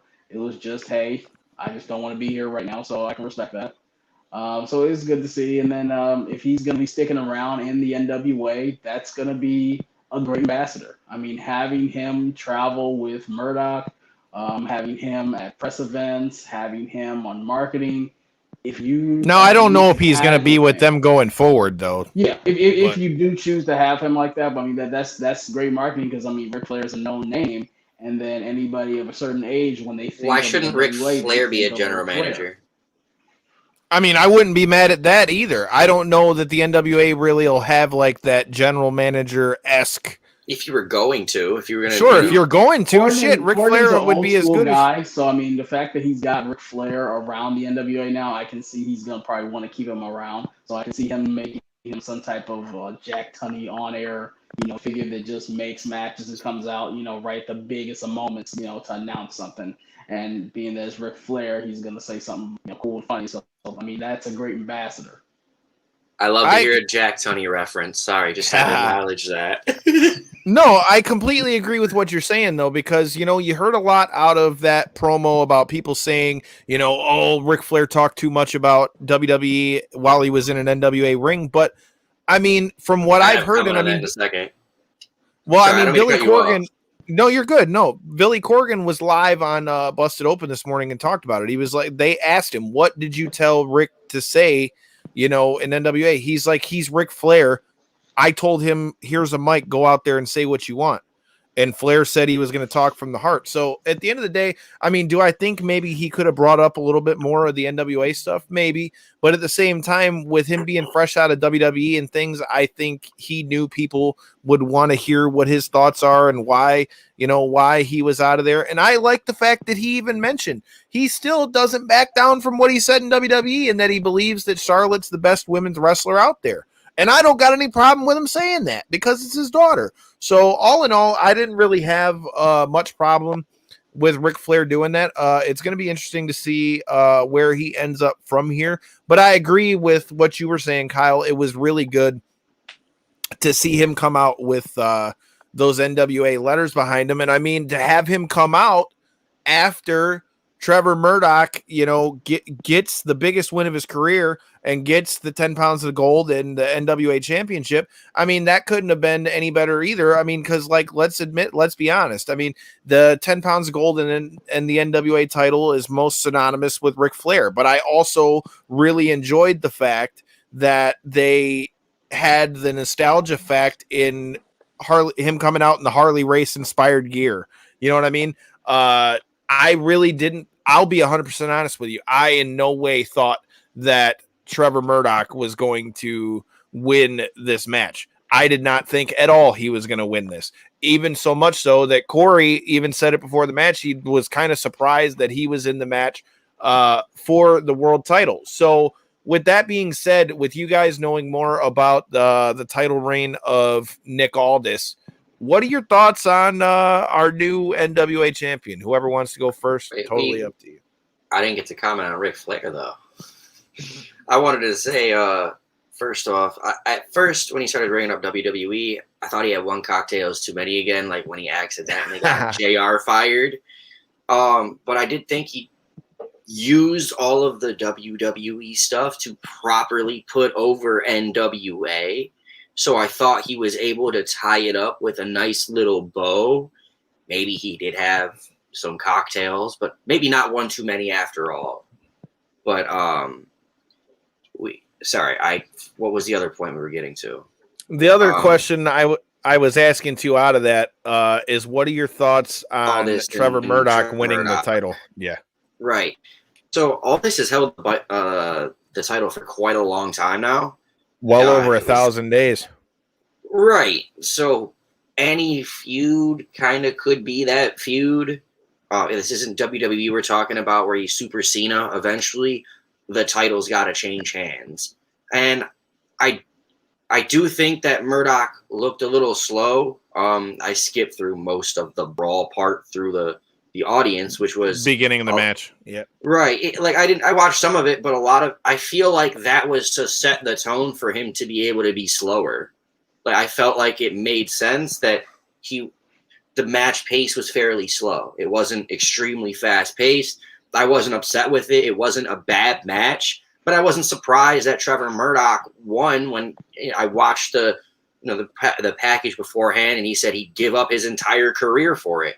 If it was just I'll leave NWA, okay, I would be surprised. But the fact that it was his entire career on the line, I thought, you know what, he's probably going to win this match. I do think it was a slow-paced match, but it wasn't. I think it was told in the right way where I didn't even mind it. But if you think that he looked out of place, I could understand a little bit. I do like what Nick Aldis did in this match. I did enjoy this, the story he told within it. Cocky yet still willing to cheat at times. I enjoyed it. Kyle, what about you, man? What do you think about our new champion? And do you feel like Trevor Murdoch is the right fit as the new holder of Sweet Charlotte and the 10 pounds of gold? Like Dom said, I mean, it's You gave him a different tradition. question for the record. Well, I was piggybacking off the question I asked him, but it's not WWE. You don't hot shot titles. I mean, like, not throwing any shade at her, but you're not gonna see an NWA title run right now like Nikki ASH, where you just have the title for 2 weeks and then it goes back to somebody else.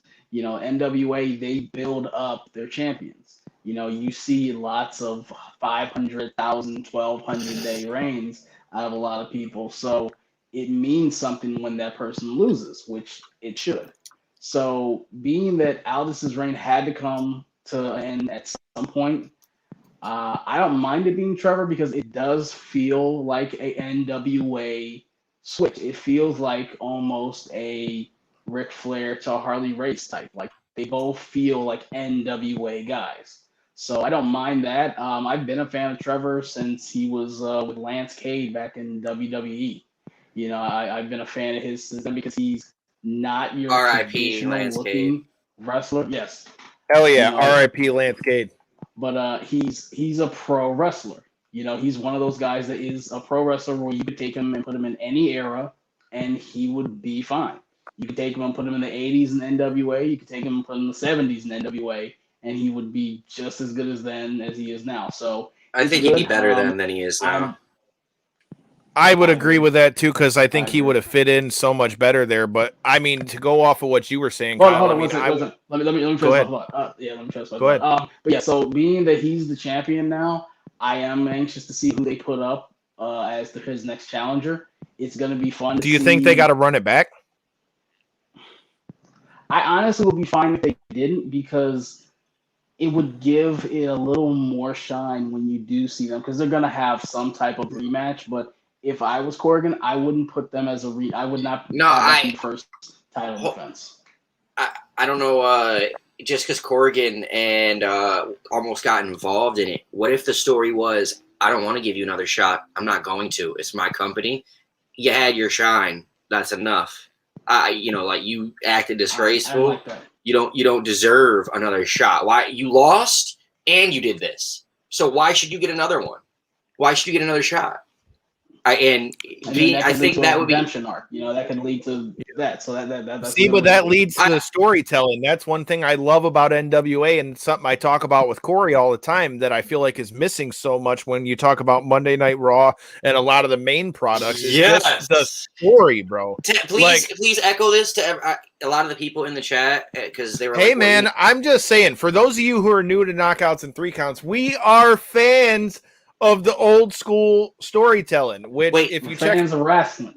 What I'm trying to say is a lot of these guys, some of them were talking about like we enjoy WWE, and I'm trying to explain to them, you're watching an inferior product. Like I think that the pay-per-view model that WWE has adopted has encouraged this hot shotting of matches. Oh, for sure, because there's way more shows where that you got to blow off, so you run through a lot of your matchups and you.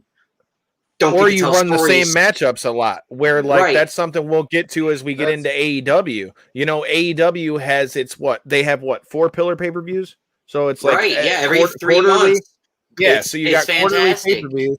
You could basically have storylines where you're wrestling other people, but you got beef with each other, and you can come out and watch the other guy's match, or you can be like, how are you going to beat that guy? Or how are you going to beat me when you couldn't beat that guy? Like you got people interfering in other mean something, you know? Right. If they only take place every 3 months, and you might have had a match or two on live television, but the big blow off, you literally promote it as the big blow off. It is a much more.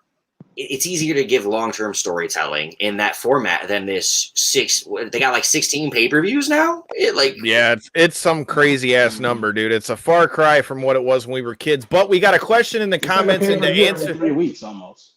Right, pretty much. I mean, that's basically what it's boiled down to, is about a pay-per-view every 3 weeks. But to answer your question, I would argue in NWA I mean, clearly I would say they have a lot more freedom than WWE, just in that, listen to what we were talking about as far as like the Ric Flair promo. Nowhere else are they going to say, hey, Rick, here's a microphone. Go say whatever the fuck you want. Right. Like WWE is not going to do that, even though we're talking about Ric Flair. We're talking about Ric Flair. Yeah, and I mean, we're talking about Ric Flair, who could come up with some good shit off the top of his head with no, you know what I mean? Who is more legendary in promo talking than Ric Flair? Like, you got Austin, Hogan, maybe Cena, but like, okay, but basically you can't name. There's nobody really that you can do that, and then to form that to AEW, I mean, a comedy writer writing his material. You know, he just let him do what he wants. Exactly, right. And you when don't you get talk that about freedom in WWE at all, they script everything. Yep, and go ahead. They try and time out their shows. I was sorry, I lost my point. Go ahead and He's just talking about how much you were just talking about how much things are scripted. And I mean, even in AEW, when you talk about CM Punk, I mean, I think clearly that's a big reason as to why he would want to come back here, because I mean, they've been trying to get him to come back for years.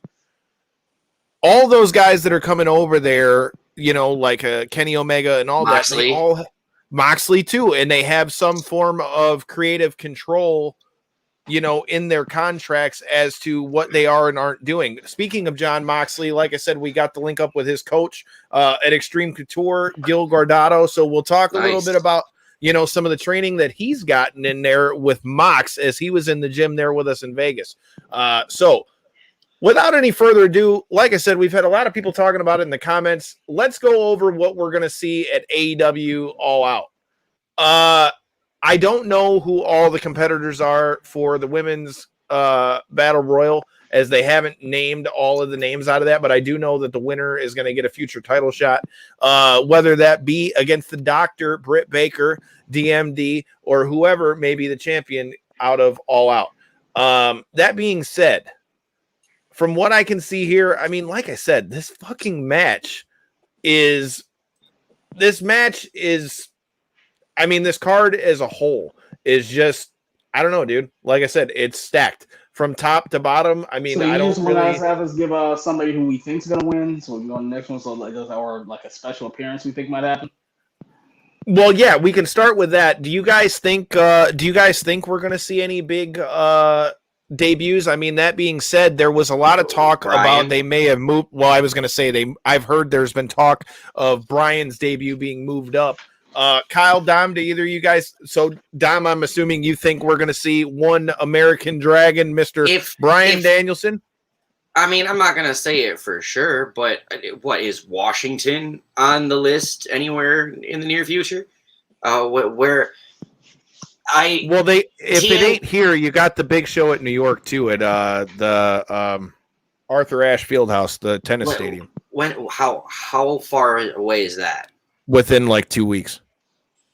Okay, then possibly. I'm saying he might possibly debut here, but why not hold him off for 2 weeks?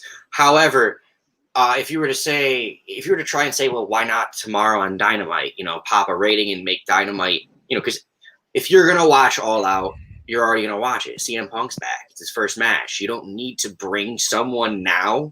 So why wouldn't you wait until Dynamite to bring him back? But that's why I could see him maybe being held off till New York. But what about you, Kyle? What do you think? Do you think we're going to see it? I'm sorry, I wasn't quite done. TNT has said, like, I would do that personally. I would save him for Dynamite. However, TNA has expressed to TNT. Yes, TNT has expressed to AEW they don't like surprises. Now they pulled Punk. Right, but that wasn't really a surprise, as I had said earlier. How did you not expect it? Because they were saying, things like, "I can't tell you that." Before they were saying, "No, we don't have him signed." Now that people are asking, they're like, "I can't tell you that."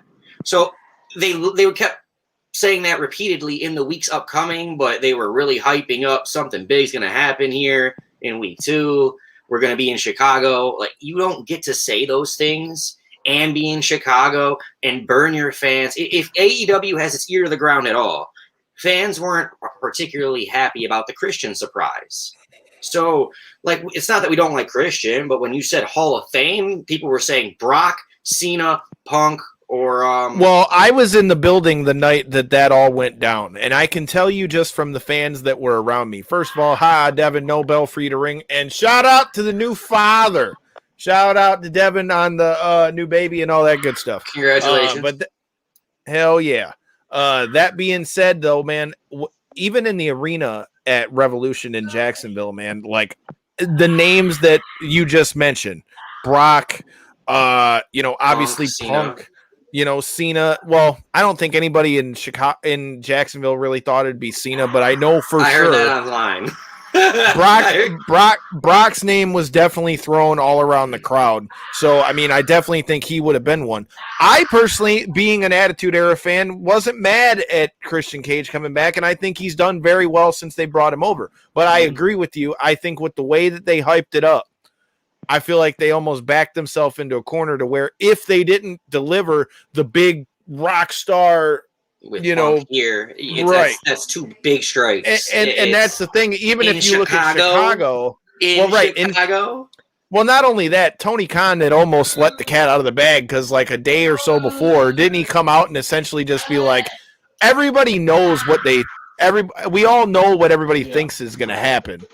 And it back all the way so we can keep this moving. Hold on, so we can keep it moving. I wouldn't do it. I wouldn't do Danielson right now. I'd save him right before the New York show, but you do Adam Cole. Have Adam Cole come out because do you really think he's leaving? Because I've heard they offered him $1 million a year to stay. I've heard last thing I heard earlier today, he is a 100% free agent. He's looking at all offers. It just makes more sense. I mean, his friends are in AEW, his girlfriend's in AEW, and he'll have more freedom to wrestle the way he wants. He did everything he needed to do in NXT. So the only place for him to go would have been the main roster. And they promised how many things they were going to do for him, and then look at what they did. So to me, it's something smarter to go to AEW. I agree with you. I can't really argue it. How many more slots does AEW have open for people, though? You got to look at some point. There isn't enough television time, and they're gonna have to go to 2 hours for Rampage, and to fit all of these people. You know what I mean? Like I would think that after Adam Cole, no, I'm just saying they're probably gonna have to expand Rampage to 2 hours, and when they do, if they do that, they'll probably.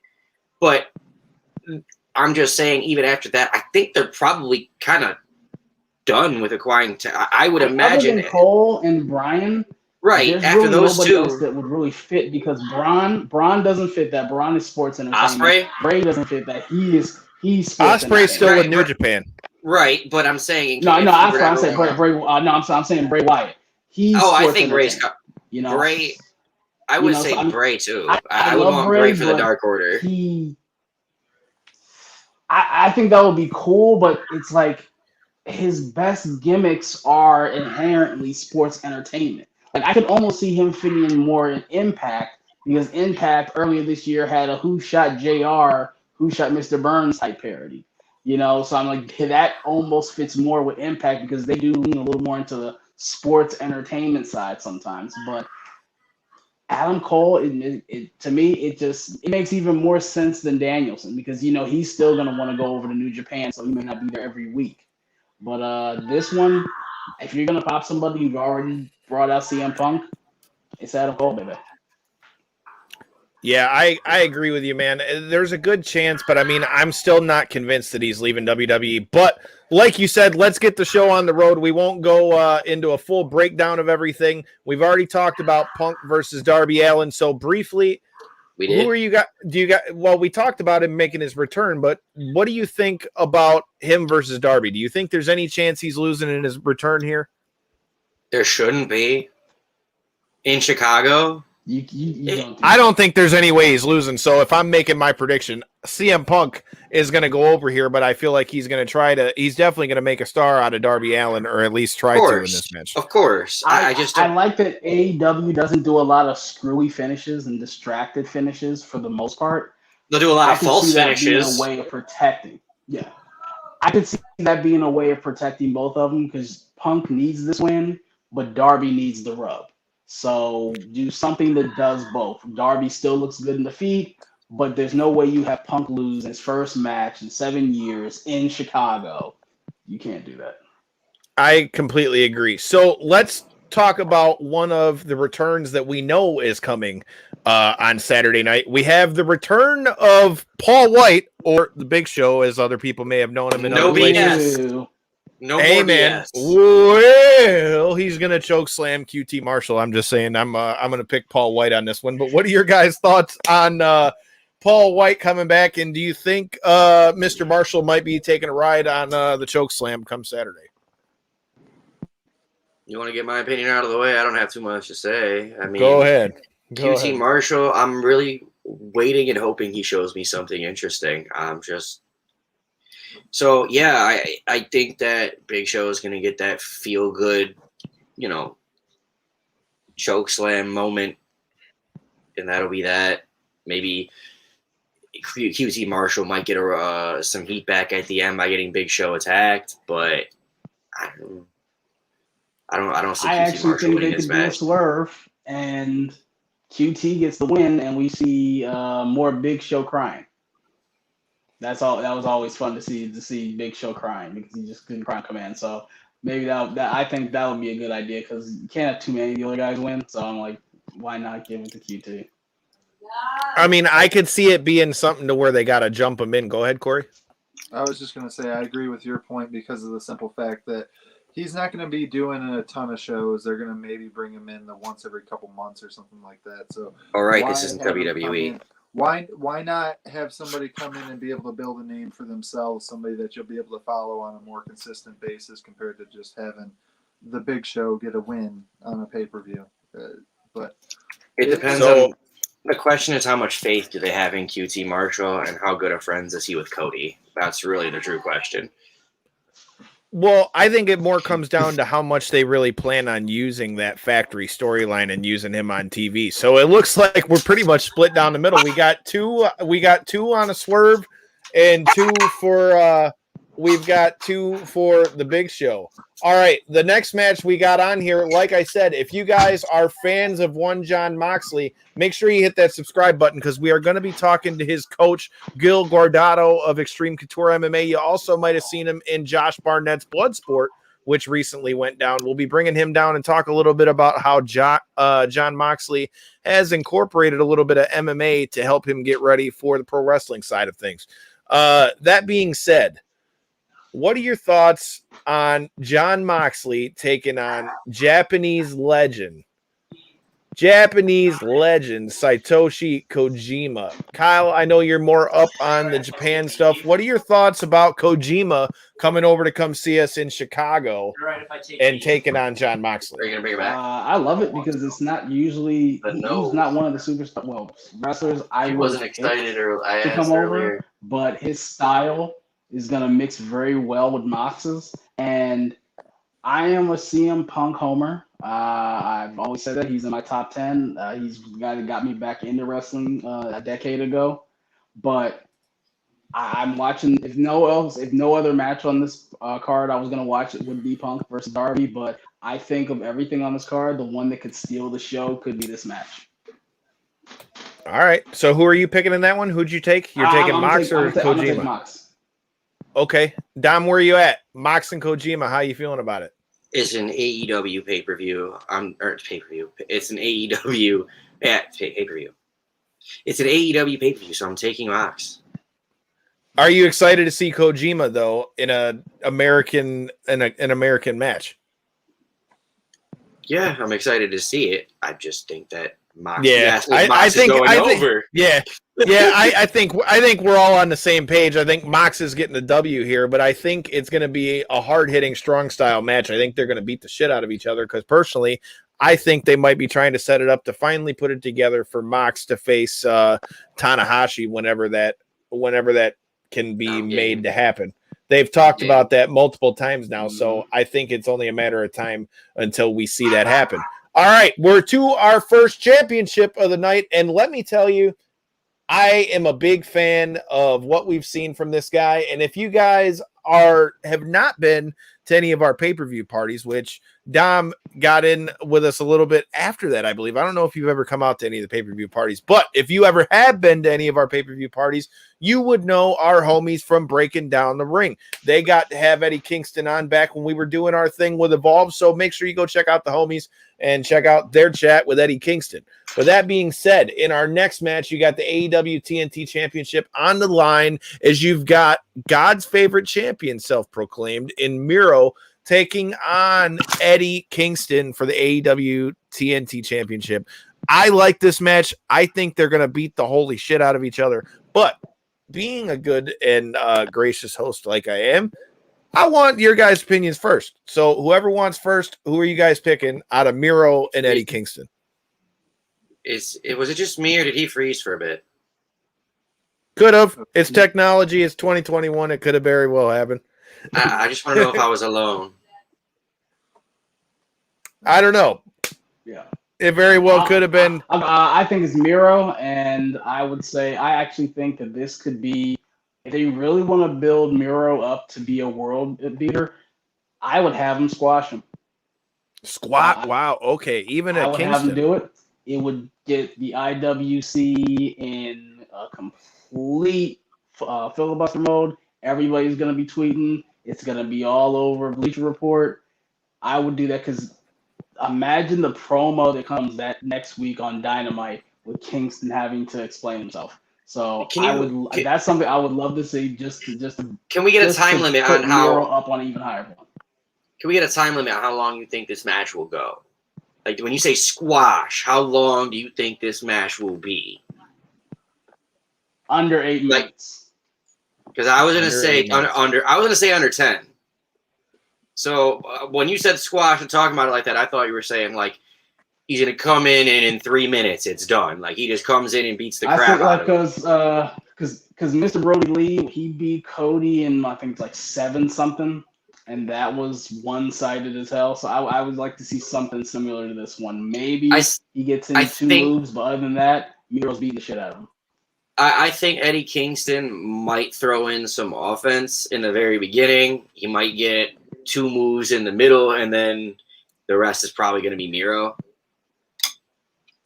So he says under 8 minutes. I say under 10. I don't think it's going to.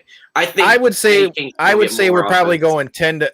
I think we're going to go 10 to 12, and here's why. The only reason I say that is because I think this is the perfect match. As you guys have said, Miro has blown through pretty much everybody he's faced so far since he's won the TNT title. I think this is the perfect match for him to have a guy who we all know is a tough son of a bitch and won't back down from him. So I feel like that'll give you a little bit of time for them to maybe fight it out a little bit. But I think at the end of the day, I think Miro is still going to get that badass Cobra clutch and win via submission. I don't think we're getting a new champion, but I would say on the old. I don't think you're gonna get Eddie Kingston to tap.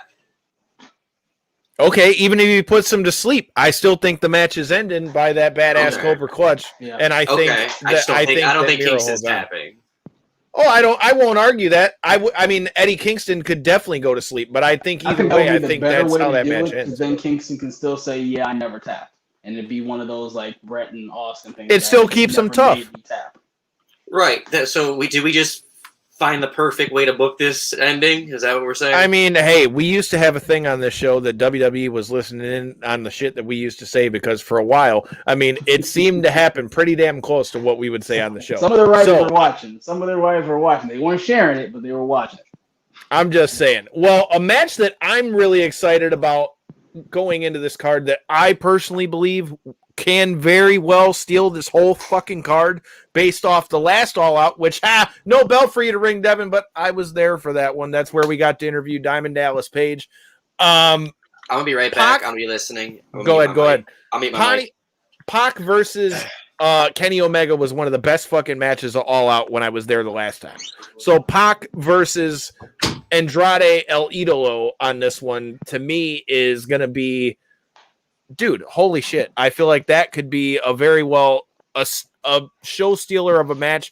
I think the story of this match all comes down to how much time they got. What do you think about this matchup, Kyle?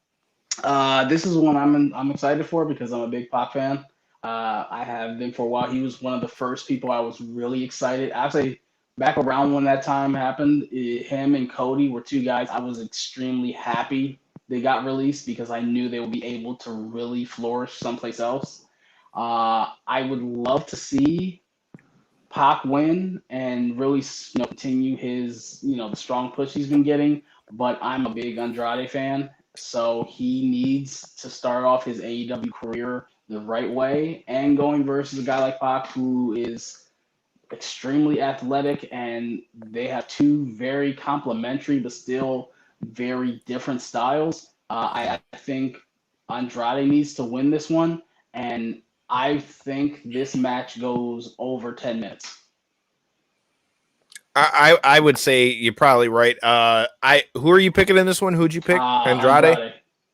Yeah, I'm kind of in the same boat, dude. I think Andrade's got to get the win on this one, and obviously getting a win over Pac would do that. Dom is coming back into the room here. I was listening. Dom, who are you picking, Andrade or Pac?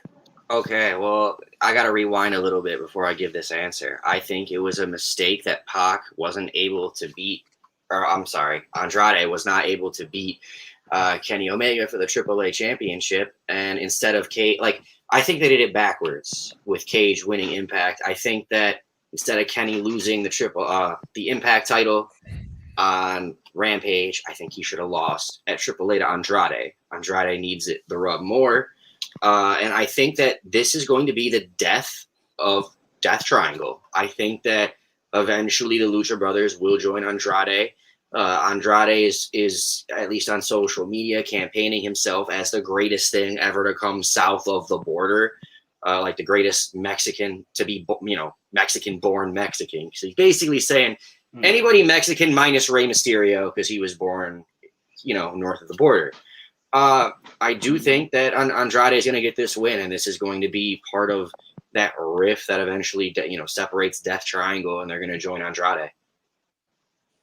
All right, definitely a different take and something I wouldn't be shocked with. But I mean, I hope that doesn't mean anything bad for Pac, because I really got to admit, me personally, the whole bastard version of Pac, dude, I've loved it. I feel like we kind of got gypped a little bit as we couldn't get him over. We couldn't get him over here for a lot of the time because of the COVID and pandemic stuff with him being in England. I really feel like there was a lot of really cool ass shit that we could have seen, especially when they first formed the Death Triangle, had them come together and look all dope, and then Pac couldn't get into the country. Right. Eddie Kingston pulled him away because Pac couldn't get into the country, and then you pick up where they left off. I like the group, but I think that we missed out on a lot of dope stuff that we could have really seen because of the pandemic. But I agree with you in this one. I think I feel like Andrade's got to get the dub here, but I really hope that however it happens, I think Pac is not going to allow us to get out of this match without him really showing out too. What were you going to say? Me or you're going to go to... No, I thought you were about to say something. I do. I just didn't want to... Go ahead. We were talking about Andrade. I do... and Pac. I feel like Pac is, just as they had to try and bring Hangman down a second so they can take time away from him, to challenge from the title, because I think that Hangman's eventually going to take it off of him, but off of Omega, but it's too soon for that. So they had to do something to bring him down a peg. I think this is what will keep Pac away from the title picture a little longer. I do think that he will work his way up there eventually. I don't think that this is going to necessarily be the end of Pac. I just think that Pac's going to go off and do his own singles thing. I agree. I think at some point Pac definitely will be around that AEW world title. I don't think there's anybody in here really that will argue that too much. Well, we're talking about championship matches, and we talked about Death Triangle. Well, the next match that they got on this card, you got AEW Tag Team Championship. You got the Young Bucks versus the Lucha Brothers in a steel cage match. Now, sidebar, before we get into our picks for this match, we talk about long-term storytelling. Everybody knows there's the feud between the Lucha Brothers and the Young Bucks, but even if you throw in the show, because at the last All Out that was in this, well, not only that, but you throw in the last match at All Out in the same arena, it was the Young Bucks versus the Lucha Brothers in a ladder match. Now you have gone back 2 years later and have upped it, and now only are we talking about a stipulation match like a ladder match, a steel cage match with these 4 people.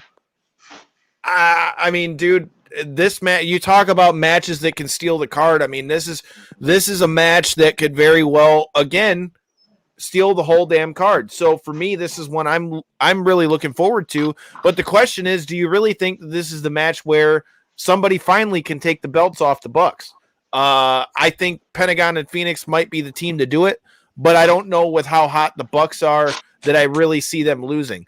With this being early in the match, though, you heard it here first. I'm telling you right here and now, if the Bucks lose earlier in the match, I think it might be a bad night for Kenny Omega. But if we're picking one in this match, I think the Young Bucks will keep the titles in this one. But what are your guys' thoughts on the Young Bucks versus the Lucha Brothers?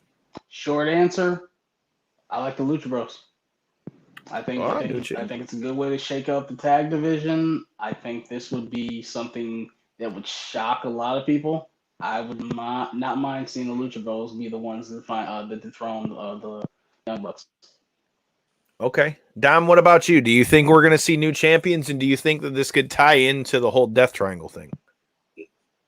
All right. I'm glad you asked it that way because I was going to go that way. It does if they want to imply or have Andrade slip something in between the steel cage, like if it's a kendo stick, because, apparently wrestling, we love kendo sticks. Maybe they always do have a fucking stick under every fucking ring in America. Or, maybe some brass knuckles or something. If he slides something in between the gates and they end up deciding to use it, like maybe at first they kick it to the side and go, we don't need it. And then eventually they decide that they do. And so they end up taking it and using it. That might say like, hey, I have your guys' back. Where was Pac? Where was he? I had your back right here. So, and it could What's also not to love about beating people with sticks? Is that JKB? Yeah. Yeah, definitely. As lost my spot. So who are you picking, Young Bucks or Pentagon of them? Well, I mean, I think it's more likely the Young Bucks are going to win. I'm just saying I could see a scenario where it could make Kenny kind of look a little weak, make the Elite look weak, that maybe Christian might end up winning this one. But I do think I'm bleeding over. I think Kenny is going to win against Christian. It could make that sell a little bit and say this might be not the night for the Elite, but I am more leaning towards they retain. I would just, if they lose, I would like to see Andrade aid the Lucha Brothers from outside the cage. I can respect that. Again, that goes into the storytelling like we talked about. All right. The next match. Before you jump over real quick, because I am, attending the event and all. You hadn't watched the. To be fair, Corey, at least preface the fact that I told you I want your picks on all of it. You were like, I'm gonna lay out and let them do it. So it is not at all that I had said. And I was wondering, like, is he not going to speak up and tell us? Like, where's no? The ones that speak out to me, I'm going to speak out on. Is how I kind of preferenced it. This being one of them. I feel like the match last year. Why is their name escaping me right now? The current tag champ. Young Bucks. Their match last year when you had me check out AEW for the first Full time, Gear. You watched some Full Gear against FTR. They were one of my standout performers on the night. Was their ability to show up and show out, I guess you could say. And that, like you had preferenced, was, I believe, a ladder match in that one. And with the steps being upped, I guess you could say, in this one, going into the cage, being that this is going to be my first time near a cage match, it does add a layer of interest to it. I'm excited to see what the Young Bucks do. I'm excited to see what the cage adds to it. I'm excited for the match in general. As for picks, I'm not going that deep into it, but I'm excited for the match itself. That is one that stands out. If I might give you a little something to expect for your cage match. Usually the concept of the cage is to keep everyone out.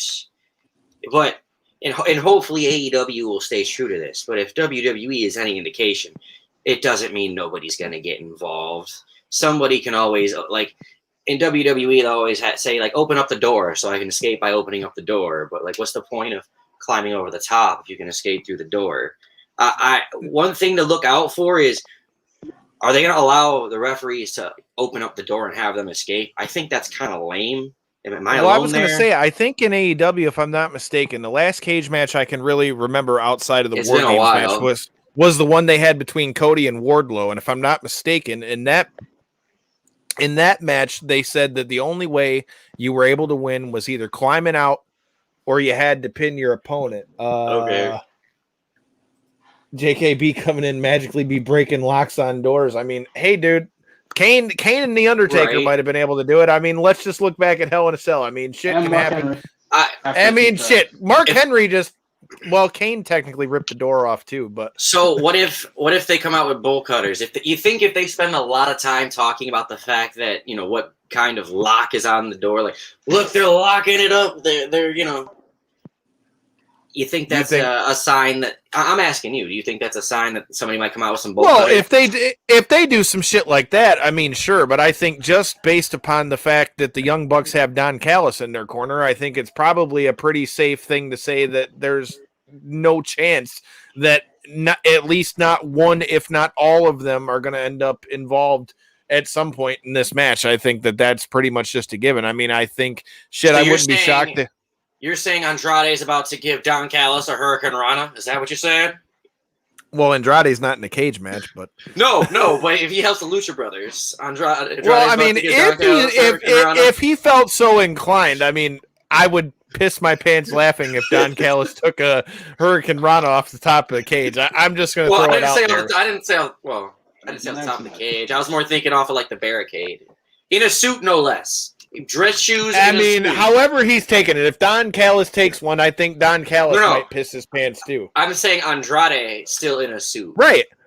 Well, sure, but I'm saying I think Don Callis, who we know is going to be in a suit, you want to talk about always in a suit. Right. I think he might wet his suit if we see him getting dropped off there. Speaking of Don Callis, I mean, that's a perfect way to get into that's Vince McMahon's humor right there. Pretty much, but I mean, we all know that's wrestling humor too. I digress. But you've got Chris Jericho, a fellow Winnipegger and friend of Don Callis, against one MJF. Now, let's not forget that Jericho also said if he loses against MJF, that he's leaving AEW. So, what are your guys' thoughts on Chris Jericho versus MJF? And before you guys give your picks, I, for one, just want to talk about the fact that we've talked a lot about storytelling throughout this whole show. Dude, the way they told that through the 5 labors of Jericho, and the fact that they brought out Hoovy, and the fact that they brought all that and the different elements of his career, even if you didn't enjoy the story, I at least appreciate the fact that they had layers. I got one nitpick. I think they should have switched the Nick Gage and the Hoovy labors. I think Nick Gage should have been labor 3 and Hoovy should have been labor 2. Because how do you go from death match to off the top rope finisher? You know what I mean? That's a fair point. Other than that, it was good. I liked it. I just didn't. I thought that was odd order of things. How do you go from death match to off the top rope finish? I respect that, but how are you guys feeling about the match though? Do you think with Jericho going back on tour with Fozzy and all that, do you think that means he loses? Because at the same time, as part of me, in just logic wise, wants to think that maybe MJF is going to win. At the same hand, with everything that's gone into it, I find it really hard to believe that Jericho is taking another dub. Do you think that it's time Jericho goes heel? Wasn't he already heel? Exactly. Yeah. Exactly. He hasn't been. It doesn't feel like he's been a face for that long. Even though there's been at least 5 weeks with the labors, but it doesn't feel like he's been a baby face that long. It's been since Tyson, right? When was that? A few months ago. Because we're seeing a lot of the celebration of his career and everything. I would love to see him win, and I would love to see him do the Eddie Guerrero cheat to win. I think that would because he's best friends with Eddie. I would love to see MJF's trying to cheat. Ref doesn't see it. He grabs the chair, does the Eddie, boom, or the ref takes away the chair. He low blows MJF, and that's how he wins to at least pop the crowd. I think that would be pretty cool. I think we're on the same page, though. I think I'm in the same boat as you. I feel like even though it would be set up maybe so that MJF would win, I feel like Jericho has to win this one. I do feel like Jericho has to win, but I don't want to see it. I don't want to see Jericho beat him unless he's going to be straight up badass heel. I do understand the moment of him getting a low blow when he could still be a baby face. And I don't know that just because Jericho turns heel that it automatically turns MJF babyface, because MJF can still be the sniveling shit. MJF's going to be a fucking heel until he dies. Right. So I'm saying you could still have Jericho turn heel and not. But I don't think you turn him heel unless he's going to be able to have that big run. And with him getting ready to go do the whole tour thing, I just don't know that now is the time that they do that. I mean, if anything, whenever they come back to, I think, hell, if you're gonna make him heel again, do that when they come back and they eventually break up the inner circle. Whenever that happens, but I think hear you. I'm just saying, I don't want to see Jericho beat MJF in principle. I don't want to see this. Like I can't. But say Jericho, but I mean, happen, MJF already got his on Jericho, though, cool. when he threw him off the cage Awesome. and everything else, too. Awesome. Let him have it. Jericho doesn't need it. Jericho is Chris Jericho. I agree. I'm not saying that it wouldn't help Jericho or MJF. Just let MJF walk. You are still Chris Jericho. I don't want to see a match where you lose your career, and I don't want to see a match where you beat MJF either. Neither one. This is like John Cena versus Roman Reigns again. I don't want to see either outcome. It's like I don't want to see this. Like I can respect that though. But that I guess is what makes it interesting too. Go ahead, Corey. As somebody who's attending the event, it seems like every single bigger AEW event, they have some type of storyline, whether it be with their factions going against each other or a direct match between the two. I am just. But this has been drawn out too, though. Just very long. It's just a very long feud. I get like your whole point, Kyle, with like the match or storytelling and stuff like that, and trying to build into a match and stuff. But it's one thing when you're building into a match or maybe one or two. But it seems like this is like the 7th time now that I've seen these guys go against each other, and it's just like how many different like variations of like stipulations are you guys going to put on the same fucking match? So you want this to be the last one for them? No, because I don't like what's MJF. I don't like him, so I want to see fucking Jericho win. So I don't want it to be. I want it to be the end of this. Like you said, I don't necessarily want to see this. I don't necessarily want to see the end of Jericho because he has been one of the bright sides in my eyes of AEW, but. That being said, this match, I'm sick of this match. I've seen this match from every big event that they've done. Some variation of it. I'm just this match. I get that. Yeah, I get that. Yeah, so I think we're all on the same. We're all on the same edge that we think Jericho's probably going to win this one. But I wouldn't be shocked. I think MJF eventually, it's going to do him more good to get the rub out of this one. But nonetheless, regardless of how this happens, I feel like we're going to see some crazy shit come out of that, because I feel like for this being the big end-all match, if that's what this ends up being. What are the odds of Floyd making an appearance? Oh, shit. If we were doing prop bets, I mean, a Floyd appearance would be a pretty good prop bet. Right. I think it's pretty inevitable on that one. I think he's going to try to, especially if the match gets a little out of hand. I suppose the better question is, what are the odds of Jericho connecting with MJF with Floyd, and what are the odds of MJF connecting to Jericho with Floyd? I think it's just whoever gets to it first, but I mean, Floyd will be involved in it somehow, regardless. No, I'm saying the better prop bets. Floyd. Well, the better prop bet. Right, I'm saying. I think the better prop bet would be it just being involved, because I mean, as far as who's going to use it, I mean. I would say Jericho would be the better prop bet since it's his, I would guess. You're saying that'd be more likely. Yeah, more likely. If you're going to bet on what's the more likely to happen, that would be the one I would take. But that being said, we got one more match left to talk about. We've already talked a little bit about CM Punk versus Darby Allin. I think we all agree. I think Punk is probably going to get the dub out of that one. But in the main event, you have Christian Cage versus Kenny Omega. And a point that you brought up, Dom, that I couldn't agree with you more. I do wish that things might have been a little bit more mixed up. I kind of wish that maybe Kenny lost the title to Andrade for the simple fact that then if Christian wins here at All Out, it would be the first time we've seen him lose. Then again, I also like the idea of the fact that he lost the Impact title to a former Impact champion. So I think the way they got out of it wasn't bad either. But as far as this match, it wasn't bad, just not the best. I agree. I see your point with that. But, I mean, again, I'm not mad at the way they got out of it. As far as this match here with Kenny and Christian again, I think if Kenny, again, I think the Young Bucks match is going to be real telling on what we see here. But I think if Kenny loses, this is going to be the beginning of the crumbling of the Elite. That being said, I don't know that they'll let Christian beat Kenny 2 straight matches. That's why in this one, I think Christian is going to defeat, Kenny Omega is going to defeat Christian. I'll let somebody else go I first. can't see them doing that. I can't see them doing that for 2 titles in a row, 2 matches in a row, basically. I would like to see it be an entertaining match, but I mean, I don't know what more they can do. I mean, they did have a really good title match for the Impact and TNA titles.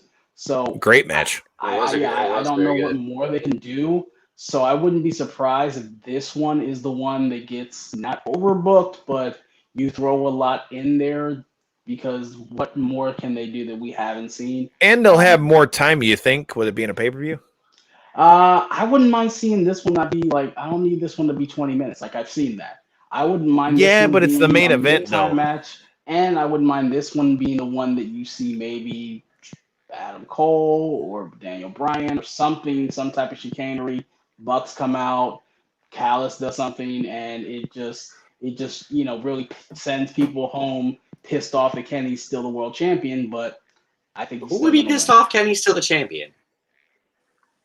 I wouldn't be pissed. No, I mean the fact that he's the heel going in there, I wouldn't mind them seeing like Don Callis does something. It could piss off a lot. I mean, the hardcores are going to love Kenny, but it definitely would piss off a lot of the casuals in the crowd for sure. Okay, well, I think Kenny's winning this. I don't see Christian winning. I don't see it. You said you think it's probably not going to go more than 20 minutes. You don't want to see it go 20 minutes. I think. I don't need to see that. I don't think that Kenny's going to lose this match for the simple fact. Why would they have thrown Brandon Cutler to the wolves like that? Without trying to just try and make Christian look strong, like he could still win it, and without making Kenny. You see what I'm saying? Like, you're not trying to make Kenny look bad or take anything off of Kenny. Brandon Cutler was able to get beat up.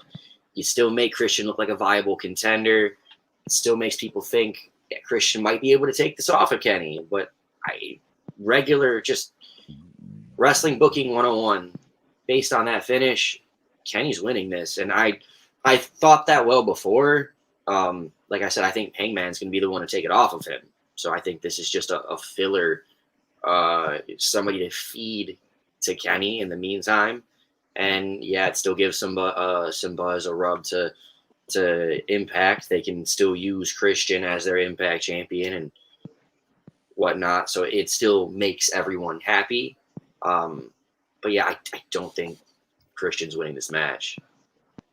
I think we're all on the same page as that one. I mean, shit, it would be wild if Christian not only beat Kenny, but beat him in 2 straight back-to-back matches. But like I said, man, it's going to be a crazy week. We just gave you our recap All Out. But like I said, Thursday, GCW is here in fucking Detroit.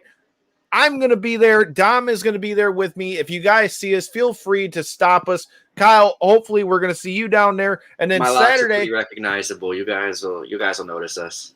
And then on Saturday, we're going to be there at GCW Art of War before all this goes down and all out. So it's going to be a great time. So I'm looking forward to it. I appreciate all of you guys coming to check us out. It was great. Show those cups. Right, dude. I don't have mine. Cups. I don't have mine in front of me. What is wrong with you, bro? You got to show your sponsors some love.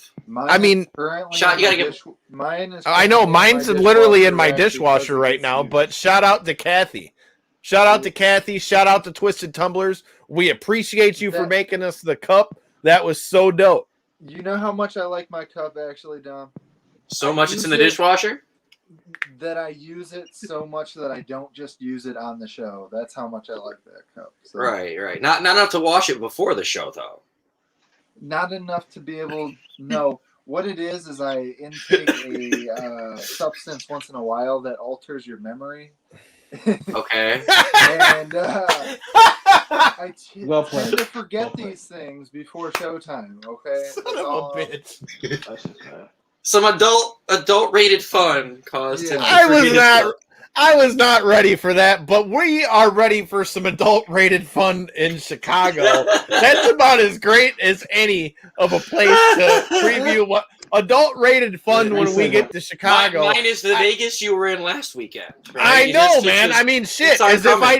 As if I didn't get enough in Vegas, we're headed to Chicago. We're going to be linking up with the homie Ryan McKinnell from Busted Open at the Cubs game. We will be there and hopefully link up with some of the Nation members down there at the Busted Open party with Ryan and Gabby and Dave LaGreca and all of them. But, hey, I just want to say thank you to everybody that came and checked us out, all of Dom's people. Dom bringing the showing up. Hey, man, bringing in the audience. We appreciate the fans that was checking us out from Germany and shit, too. And Kyle, look, man, I've said this 100 ways to Sunday. Say it fast because my phone's about to die. It's always great to have you on the show, man. We appreciate you. We got to have you back more often. But like I said, it was great to have you, man. But like I said, we'll have to have you back once we get out of All Out to see who was right out of all of this.